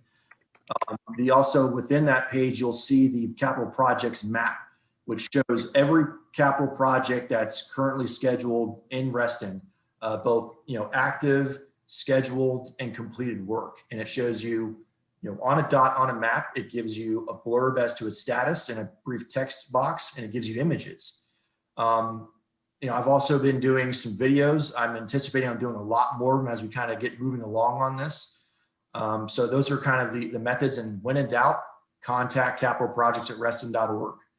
We also have a phone number, 703-435-6556. Any of those avenues, if you have a question, I usually respond in less than 24 hours. But definitely referencing the website, referencing that projects map, and keeping on tabs of social media and our weekly Reston videos are all good resources to kind of stay engaged and up to date on the project. Hey, Christina, I know that Val Aaron wishes to member comment. If you can find a way to unmute her. Julie, can I make a quick statement before we go to the next member comment? Sure. Chris, I was wondering if, to answer Michelle's question, if we can work with Mike Leone and put a call out for members who are interested on this to send us their email. So we have an email list and we're actively pushing out the information. So it'll save you having to answer 200, I don't know how many, 20 emails on it. And for members, we're taking a proactive approach about getting the information and updates to them. We do have a list from Sarah from earlier that Laura Kozlowski was maintaining, but certainly if any members want to get added to that list, but there has been communication vehicle available to So maybe, follow. Chris, whenever we have the videos or updates, we can use that list and actively push it out to those members. I believe we have been doing that, but I'll make sure that we do that Thank for sure. Yeah. Yeah. Sarah, this is Mike. We have been doing that as we've had updates where we've been working in partnership with Laura Kowalski, who is managing that list of Lake Thoreau pool members. About 100 people, I think, on that list right now. That's Michelle, correct. are you on that list? There, you don't have to answer. Thank you, guys. All right, Val, can we get Val? Yeah, can you hear me? There you go. All right, thanks, Julie. And thanks, Chris. I'm excited about some of the design enhancements. I think it's looking good. There were some requests that we made early on that I thought were going to be looked into. And one of those was heating the pool to extend the season. Is that being considered? It's being evaluated, but there's some pretty big hurdles with that. Being that the facility is already a bit small to begin with, to be then fitting heating units which are pretty large. And there's a couple different options you can do it. Propane, which is what we use over at North Shore Pool, that's a 1,000-gallon tank, and so that's about the size of a F450. It's about the size of a large truck to fit that or bury it somewhere on the ground. Right now, there's maybe I think it's a 500-gallon tank that is the spa right now at that site. So even that'll have to get moved or rearranged somewhere in this design. The other option is electric. Electric is not the most efficient at heating a body of water of this size. So we're evaluating that still to see maybe we can try to work that in. The equipment's a lot smaller. And then the other option, which is actually the best for this type of installation, is natural gas. But I've already spoken with Washington Gas about that. And the closest line is about 1,000 feet away, running south on Upper Lakes Drive. It's almost right at the base of that horseshoe. So we'd have to extend it all the way to the facility to get it there. So we've looked at it. It's definitely going to be a challenge. But I don't really know at this stage if it's really something we're committing to right now because of the pretty serious complications that come with that type of program as part of it. Have you developed some rough order of costs that, as the board's looking at what feature functions to provide in that pool? Probably that would be worthwhile for all members and the board to say, okay, these, just at a high level. So you see what that might be.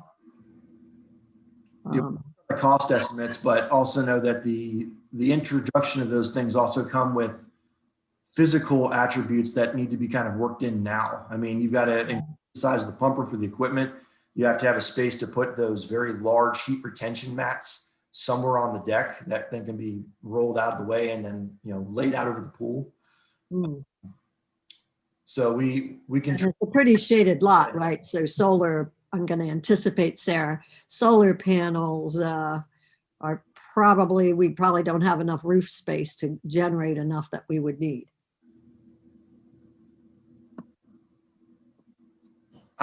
There's solar for a commercial pool facility. It would be a pretty massive array to get it up to temperature. Okay. And it's like, this is Larry, it's likely we don't have the roof size capability. And if you're at the site, in the early community meetings, they did a solar aspect study, and the major tree canopy is to the south and southwest of the site, which makes it even more difficult. I remember the way the sun also, you did the sun movement studies as well. Any other member comments? Can I just ask one more question if I'm still Sure, Val. unmuted? So that metal deck, and I talked with you privately, Julie, I'm assuming that that's going to be like an all-season deck where members can use that throughout the year to sit and observe over the lake. And if that's the case, are you planning like a fence between the pool when the pool is closed? I was just wondering if that's being thought through. So we have tried to look at that as an option to keep that portion of the deck available, but you're absolutely correct. To do that, you would have to have a 6-foot security barrier between that deck and then the pool area for off-season usage. And we're looking at a couple different options to see if we can maybe do like a temporary fence, but typically by Fairfax code, and we're kind of looking at this, you can't have a temporary security fence around a pool. They're pretty particular about the type of perimeter fencing you need to have around these kind of facilities, but we're looking at it. The other part is how to get to it. So right now there's a ramp that runs right in between the parking lot and the pool, and it goes downward, and it's already down a pretty fair margin by the time you even get to that deck. So how do you get to it? Would you have to get stairs? You've got to create some sort of flyover from this area, which is above it. And talking about that area, that's actually really the main area we were considering for the observation area to be able to look out over the lake and enjoy the views is from this point. You actually get the best angle because it shoots right kind of in the very notch of where the lake coves right there. And So that's above the red bracket? there. Pardon? Is that above the red brackets in the picture that's on the screen? Yes, it's kind of got that that brick pattern right above it. So that would be an open, always accessible area for anyone to go out and look out over the lake. And then the dock would be as well, the one that we talked about needing refurbished and revamped. Correct. Yeah, this one down here a little bit further south. So you have a stairwell right above that kind of observation area on this side, and you have a ramp down this side, and then it interconnects with the pathways that kind of go off to the east towards the shopping center. So that allows, both types, ambulatory as well as non-ambulatory to have access to this area. Guy who's in charge of construction projects. So I'm expecting back to the comments made thus far that before you get to the RFP, late April, early May, you would be able to maybe come back to the board or in a community session, because I know we don't have board meetings in April. So maybe between now and then, staff would be able to provide. I remember we had hosted a community event when we were first looking at the pool a year ago. Maybe that might be helpful for people to get a better sense. And I know, you're going to DRB, right? In whatever month it is. March. Can I ask a quick question, please? Sure. And then we'll get John Farrell's member comment. Yeah. Chris, very, very basic. This is from someone with absolutely no construction knowledge. If you flipped the observation deck and had the stairs, where the brackets are, would that sort of give us access to both the observation deck and the other metal deck? Do you get what I mean? Where the stairs are on top now, if you just move that south. Yeah, between the deck and the observation. Fitting the ramp going north would be more difficult because you see how long that this section of the path is. This is basically a ramp that starts about here and goes all the way down. And so you need that much distance to maintain your slope.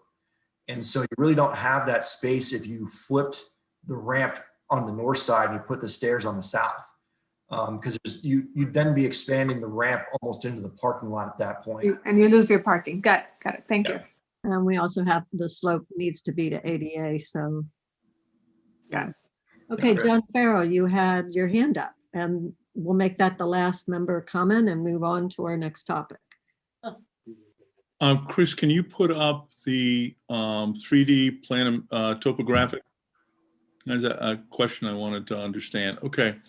Well, you have the observation platform to the right of it. To the right of it, it looks like you've got a ramp sloping down to a flat area. No, on the other side, pal. On the other, there you go. This over here? Yeah. What's it? I couldn't read the plan. your plan view cut off, so I couldn't read what's going on there. So this is kind of the pathway interconnections here. So you have the existing pathway that kind of runs off east to the shopping center. Right. And this is sort of the connecting piece. You have a path here that connects to the stairwell, one that kind of bridges in between them, and then another one that connects over to this side for those that are using the ramp area. And then it also kind of leads south to go to that proposed dock. So that's where all of that is right there. So is that an area that I could use to launch my kayak? Maybe. I don't really know if kind of slope or grade you're working with right now. I'm not sure how big It looks like a fairly gentle slope. I'm just wondering if we can, I mean, getting a kayak on or a similar small vessel onto Lake Thoreau right now is a little difficult. I thought that's what the point of the dock was. Well, I don't know that you want people using the dock to launch kayaks, maybe, I don't know. But I mean, if the slope, it looked like the slope was gentle enough that you could actually use that area. See how slope, I mean, that topo line is very, very wide apart. So I'm just wondering, and it looked like you were bringing it right down to lakeside. So I was just wondering if that was intended or could be conceived as a kayak launch area. So, yeah, this is Larry. Let me respond to that. If you put the plan view back on, Chris. Yeah, there you go. So, John, the problem with the dock, the proposed dock there would be an accessible dock. And for it to be accessible, the drop down to the water line from the, essentially the edge of the shoreline, because there's a retaining wall in the lake holding back a lot of that slope. So that would not be a place to do it. But further down the path to the right, which is actually off this plan sheet, there's an RA maintenance dock, and perhaps that area could be improved as part of this. Right. To accommodate. I was thinking that was the one we were talking about. That's actually a better slope over there. Right. Yeah. Retaining wall in the way. And I think it's interesting, if you look at how the cluster that Val is in, how they have created their dock area down there. And you have a number of kayaks and canoes that you have storage there for your members. It's quite Right. I'm looking at trying to make the lake accessible to people who don't live on the lake. And so exactly. That's part of what we've been pressing on for having both the boat storage and lake access here. You're exactly on point. So if when we're at DRB with this, I think it would be helpful for that plan to be a little wider, Chris or Larry, to show that that's a potential for that area. It might get the folks a little bit more support for the renovation if they could see it as a lake access opportunity. That certainly has been up in the top priority from the beginning, as we've talked about what people wanted for this facility. So good suggestion to make sure that it's clear to DRB. My only point is if there's a call there, then we've been responsive to if there's a label on the plan, then we've been responsive to the community's expressed interest. That's my point. Is yes, got it. Show that we're being responsive. Thank you. Thank you. All right. Thank you very much, Chris, and all the members who expressed interest in where we were on that. It's 10:30 and we have Land Development Comprehensive Plan Treasurer's Report and an executive session, and unfortunately probably Mike Collins will be correct, but go ahead, Mr. Mooney and Larry, take it away. Thank you. Christina, would you please put up our little PowerPoint there? I'll go over the comprehensive plan and Larry will talk about ZMOD. So if you could, there's some backup slides for any of you who want information about how to get to any of the meetings. If we see the next slide, please, Christina. Larry and I will talk simply on that. So I'm going to do number 2 before Larry does number 1. So Again, the Reston Comprehensive Plan Task Force has picked up. Our current work focus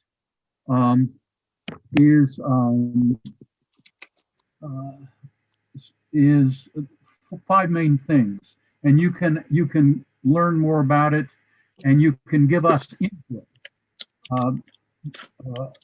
If you're concerned about any of this, or if you have any ideas, send an email to Larry or me at landuse@reston.org.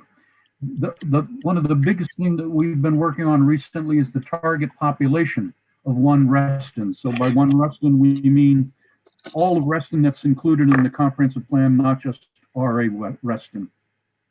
And so we discussed this at the February 22nd task force meeting.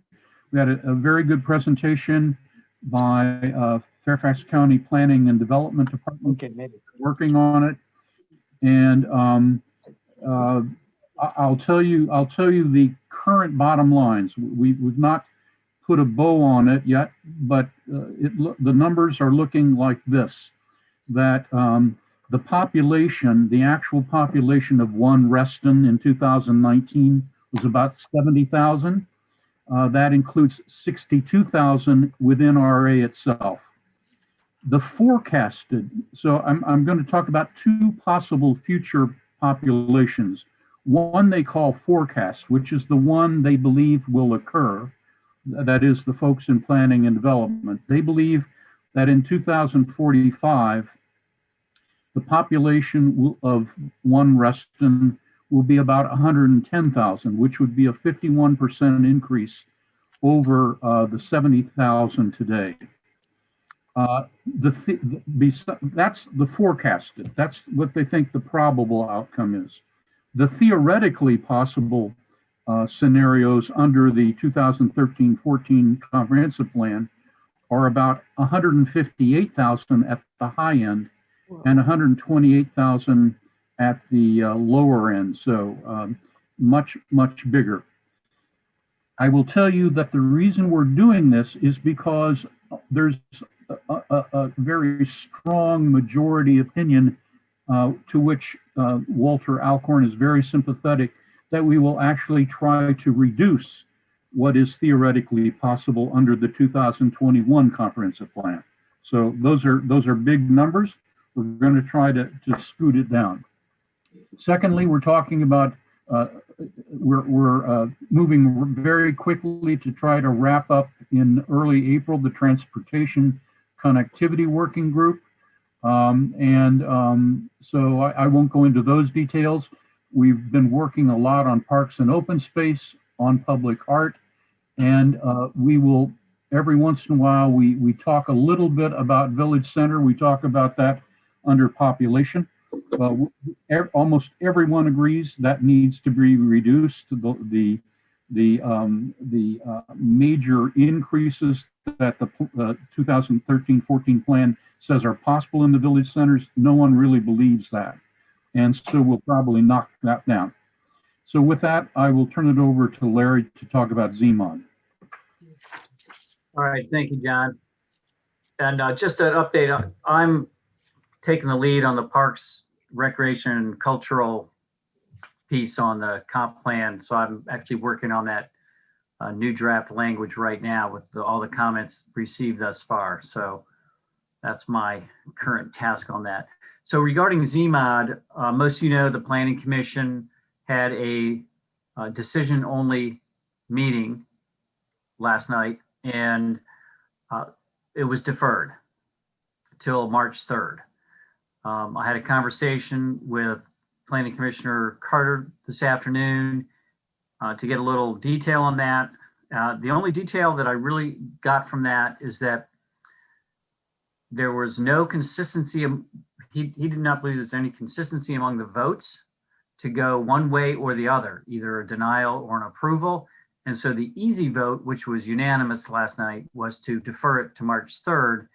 And they have to make a decision by that time because of the statute, the time limitation statute, and the fact that the Board of Supervisors hearing is coming up on March 9th. And in your packet tonight, you have a motion with respect to ZMOD testimony that we're requesting a little flexibility because we have a follow-up meeting with Supervisor Alcorn and the DPD staff specifically on ZMOD next week. And depending on what we find out from them, and the meetings we've had thus far have been very good, very candid discussions. We may need to edit the draft testimony that you have in your packet tonight, but the board does not have a meeting, frankly, and I don't suspect they'll want to call a special meeting after a meeting we have with the staff next Wednesday. And so that's why the motion that you have in your packet tonight is drafted the way it is. And so that's all I had to report on that. And obviously, we have a very important meeting next week with the staff to further that. Questions of John and Larry? Mr. Petrine? Yes. Larry, is it Ari's intent to provide testimony at the Board of Supervisors meeting? Yes. Okay, great. So the testimony that you have in your packet is essentially the Planning Commission testimony, obviously tailored to address the Board of Supervisors. The one ad that is in there that is different from the Planning Commission testimony is we wanted to put in some support on the changes to the food trucks. Because that's from a Parks and Recreation staff and a community interest, at least a resting community interest. So we think that that's a very positive thing. That is the only change between the Planning Commission testimony and what you have in front of you, other than, we changed the language to address the Board of Supervisors. Let me ask one quick follow-on. Do you guys intend to join with the other community groups the way you did before the Planning Commission? I believe it would be our intent to do our standalone testimony. Thank you. Good to know. I do see coordination as we've been doing. And we've talked about, providing some additional support as we did before, if it ends up being a video transmission, but that's where we are at this point. The food truck piece did come up as part of an earlier conversation with county staff that Walter Alcorn had pulled out. So that was a good thing for us. Certainly, we've talked about having the ability to have food trucks as part of our non-assessment revenues with the pools and whatever. So there you go. Sarah. Larry, on the food truck question, where do the other groups stand on that? And here's the background for me. RA can still have food trucks on our property, correct? If we had our pools and we wanted to have a food truck, right now it's very, very limited and very difficult. Yes. Because it's in a residential district. So you have to get I believe it's a special permit to have a food truck in a residential district. So even on our own private property in our parking lot, we can't have food trucks? Right now, that's correct. Yeah, it's prevented us over the last couple of years. That idea has been there for a while and we've been struggling. So how do the other groups feel on it? And I can just tell you from my neighbors, it's, we've seen this happen in Arlington and other places where there's food trucks taking over all of our streets. Are they regulated? Will they be just a certain location that they're allowed to park at? Or do they need permits to park there? Or what does it mean for us as residents? It is 100% up to us. One of the questions we get, we talked about it very early on in the Lake Throw pool redesign. It would be great if we could have a food truck pull up, so people, if they want to get lunch, they don't have to leave to go home because we don't provide, vending services and so forth. And it's frankly, it's difficult in a kind of a confined pool environment. So it gives us a lot of flexibility for a lot of events, as well as the pools or, tennis tournaments, whatever it might be. And I can tell you, I live in Franklin Farm. Every Friday night, there's a food truck behind my house. 2 Fridays ago, I went there because Forrest Fish Shack was there, and I walked through the open space across the multi-purpose court and got dinner. It was great. So. But we can control where we would allow food trucks to be. Absolutely, 100% up to us. Is that us or VDOT? If it's on the street, is it RA or RA? If it's on our property, it's 100% up to us. I don't think VDOT actually allows food trucks to be on VDOT rights of way. Okay. Yeah. Thank you. Any other questions of Larry and John? Hope you understand the need for a little bit of flexibility as we finish off the actual statement. But we also wanted to make sure that our other land use coordination, team members were well aware of what we were thinking that we would present as testimony.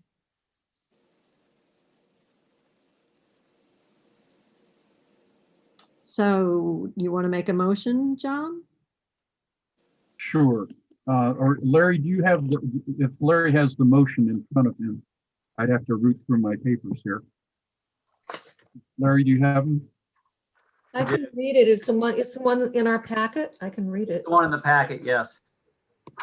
Move to approve Reston Association's proposed testimony to the Board of Supervisors at their March 9th public hearing on the zoning ordinance modernization project, ZMOD, which shall be substantially similar to the association's testimony presented to the Planning Commission on January 28, 2021, and the board's adopted ZMOD resolution.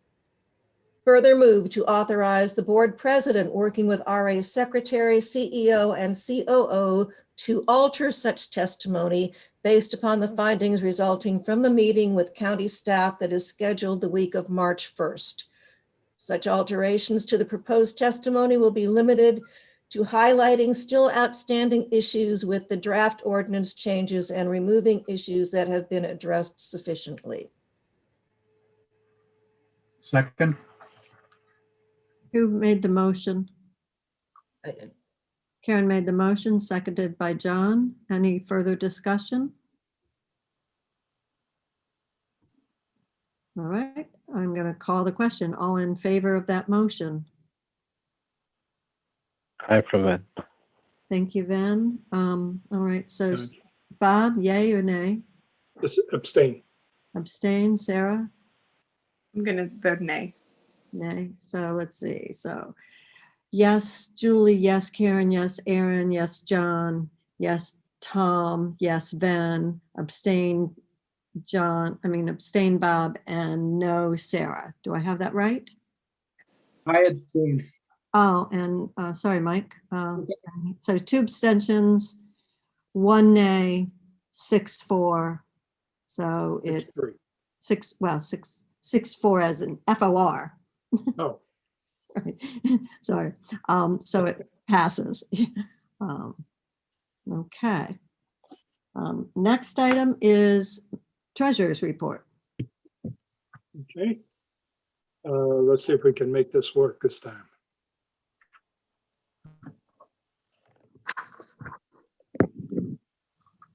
Great. Mike has got it. Good. Here we go again. Okay. I'm going to keep this very short. I'm going to only address 2 issues tonight. And the reason is at this particular time of the year, staff is still in the midst of making accrual and other adjustments to the financial statements. And it is early enough in the year that the financial statements, particularly the income and balance sheet, really aren't terribly meaningful. But I do want to focus on 2 other areas.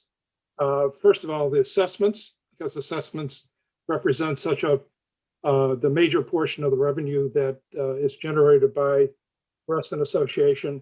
And then secondly, accounts receivable. And largely because of the report that I made last month was confusing to even me. So I wanted to speak to that. So if Mike, you could go to the next slide, the next page. Okay, here,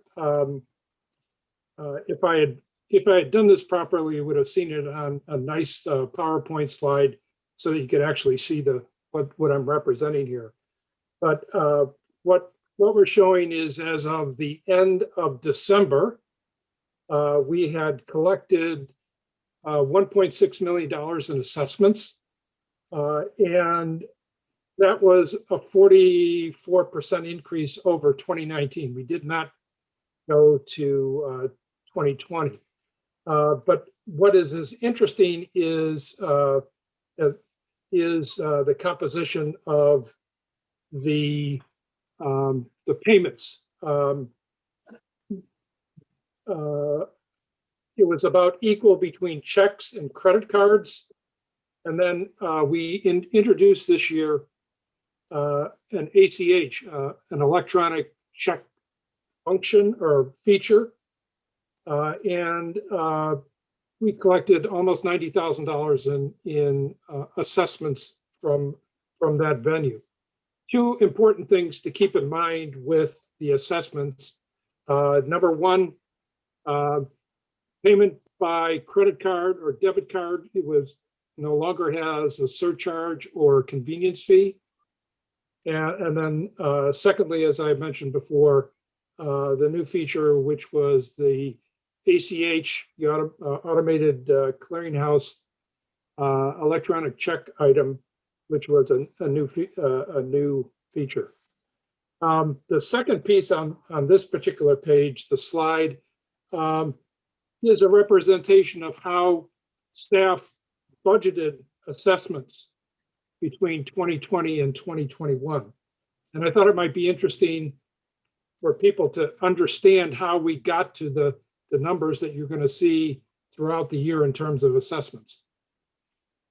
At the beginning of the year, since the assessments are due on January 1st, and you have until March 1st to pay them and be current, we recognize the full value of what we believe are going to be the total assessments for the year. And then we collect that cash over the course of the year. So as you can see from this slide, maybe not terribly clearly, the vast majority are full paying members. It's about 16,700 members pay the full assessment of $718. There are two other programs which provide relief for certain members of the community. One is the first one that's shown here is tax relief. If you meet the qualifications of the program, RA basically cuts your fee in half. And the same thing holds true for the property, and the other piece is the property values when it's under $140,000. There is a benefit to you for being in that park. So what we have at the bottom, which I can't see very well, but is we have budgeted total assessment revenue of 16 million versus a little over 16 million versus 15.8 million last year, which is about 1.8% over what we projected last year. The last thing I'll mention on this particular slide is that we believe that we will increase the membership slightly by 82 members over the course of the year. And these represent the townhouse developments coming on board in the TSA. So very good, now I can see. That are coming on board in the TSA over the course of the year. You mean the ones that are already part of? Well, RA? they are ones that have yet to be sold, which may be coming on at any time during the year. And then we will adjust the revenue based on a pro rata based on how long they have been members during the course of the year. Right. And I will also go back and say that my eyes weren't that good, so I overestimated what gross budgeted assessment revenue is 15.2 million versus 14.9 for last year, and that 1.8% difference. So if we I could thought go to you the last. had condo units that are in the TSA that are part of Reston Association. They're largely townhouses, yes, and some condos, but for the most part, they're But not apartments. right. They're not apartments, right? That's the way Tom characterizes it. You know, it just keeps things simple. That's Mike, if you go to the last slide. Deal characterizes them as apartments, even though they're they're owned, not rented. Right. Exactly. Might want to change that vernacular when we present it to us. People might be thinking we're actually able to collect assessments from apartment buildings within the TSA. True. Yeah. Okay. The last is accounts receivable aging as of the end of January. At the end of December, the balance in the accounts receivable was a negative 647,000, and which is a very unusual accounts receivable total. You would never expect it to be a negative number. The reason that occurred is because of the way that assessments that are received during the course of December are handled for accounting purposes. So they are netted against account receivables because the money isn't actually due until January 1st. So what this represents here is accounts receivable as of at the end of January. And as you can see towards the middle, there are still 9,853 property owners that owe us $7 million is the biggest category. The apartments are actually apartments. They are the 7 owners of the 10 apartment complexes that are RA members. And they tend to pay over either ratably over the course of the year or wait until the last minute to pay.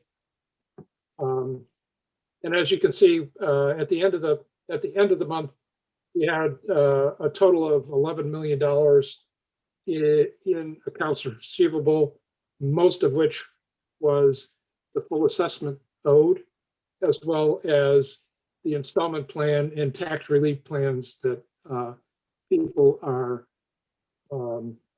have applied and been accepted for. So I know that was rushed, and I apologize for the clumsy delivery. Are there any questions?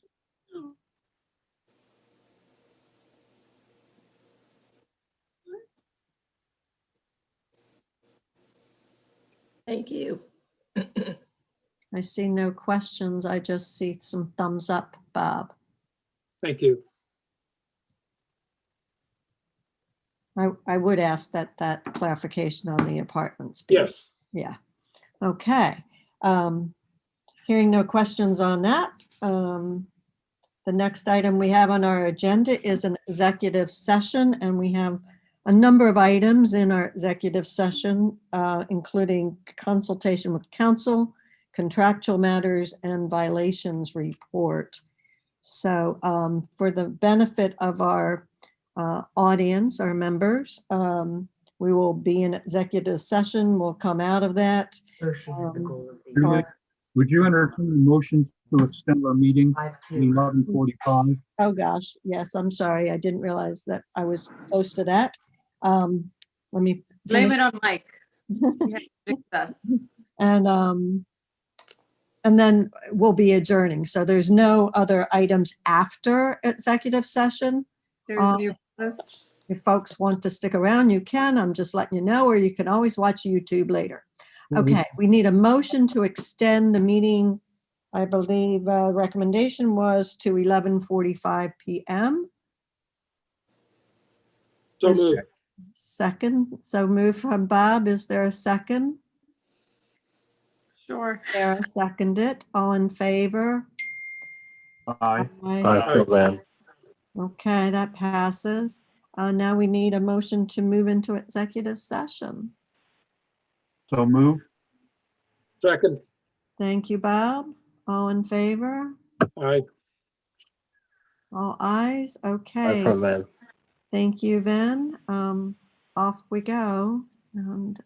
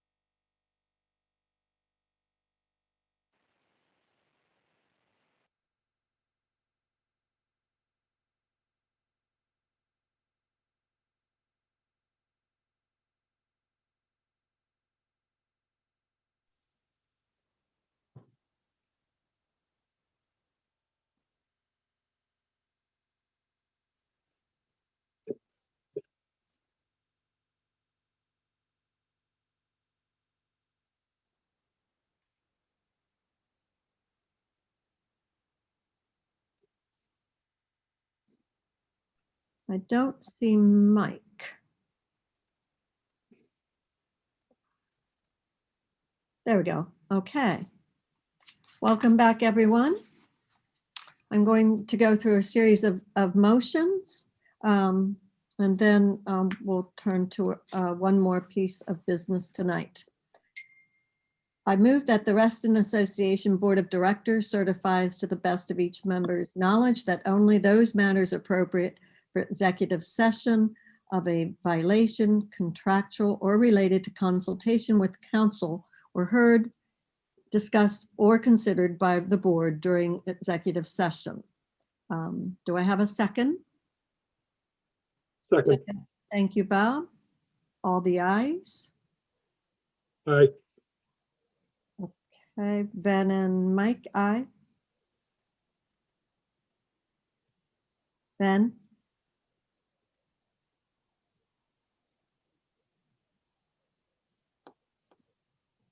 Aye from Ben. Thank you very much. Unanimous. I move to ratify the decision reached in executive session to adopt the February Legal Committee's report and affirm the decisions reached. Might I have a second? Mike? Second. Got a second from Mike. All in favor? Ayes. Aye. Aye. Ben? Aye from Ben. Thank you. All approved. Thank you. I move that in accordance with the association's policies on purchasing and procurement to approve the change order for the existing contract with Titan Pool Services for 2021 Phase 1 pool projects. Second. Thank you, Mike. All in favor? Aye. Aye. Aye. Ben? Yes, aye from Ben. All right, thank you. Passes unanimously. Move that in accordance with the association's policies on purchasing and procurement to approve the change order for the existing contract with Mayflower Construction Group for lighting projects and conference center flooring. Do I have a second? Second. Thank you, Bob. All in favor? Aye. Aye. Aye, Ben? Aye from Ben. Thank you. Passes. That's the list of the things we had from executive session, and I believe, Sarah, you wish to make a motion. Thank you, Julie. I just have a little paragraph I want to open with. On issues that affect our members' financial and personal data, as well as financial and IT security of their homeowners association, there should be no debate. Members deserve transparency. To start the process of rebuilding the trust of our members, I motion to direct staff to produce a comprehensive report on all IT incidents in the past 2 years, which resulted in loss of data, money, or website capacity. When and why each incident occurred, what action has been taken to correct, the costs associated with each incident, and any other relevant information. This written report should be delivered to board members a week before the next board meeting, subject to council's approval and released to membership at the earliest date possible. Second. Second from Ben. Any discussion? All in favor, Mike? Yeah, just one minor thing. I think in that last sentence, Sarah, the word "and" is superfluous. I think it Yes, I think you mean subject to, right? Subject to Yes, council. thank you. Right, there you go. Thank you. Got it. Can you restate that last sentence then? Subject to council's approval, released to membership at the earliest date possible. Okay, yes. Thank you. Any further discussion? Nuns in my Catholic school would be very happy, Mike. Thank you for correcting me. Okay, good. I'm going to call the question. All in favor of the motion that we just heard? Aye. Aye. Aye. Aye from Ben. Aye from Ben. So that was unanimous. Thank Thank you very much. And I believe there is one more motion left for the evening. To adjourn. Second. All in favor? Aye. Aye. Thank you very much. Good night, everyone. Good night. Thank you. Stay well. Be safe. Good night. Good night. Good night.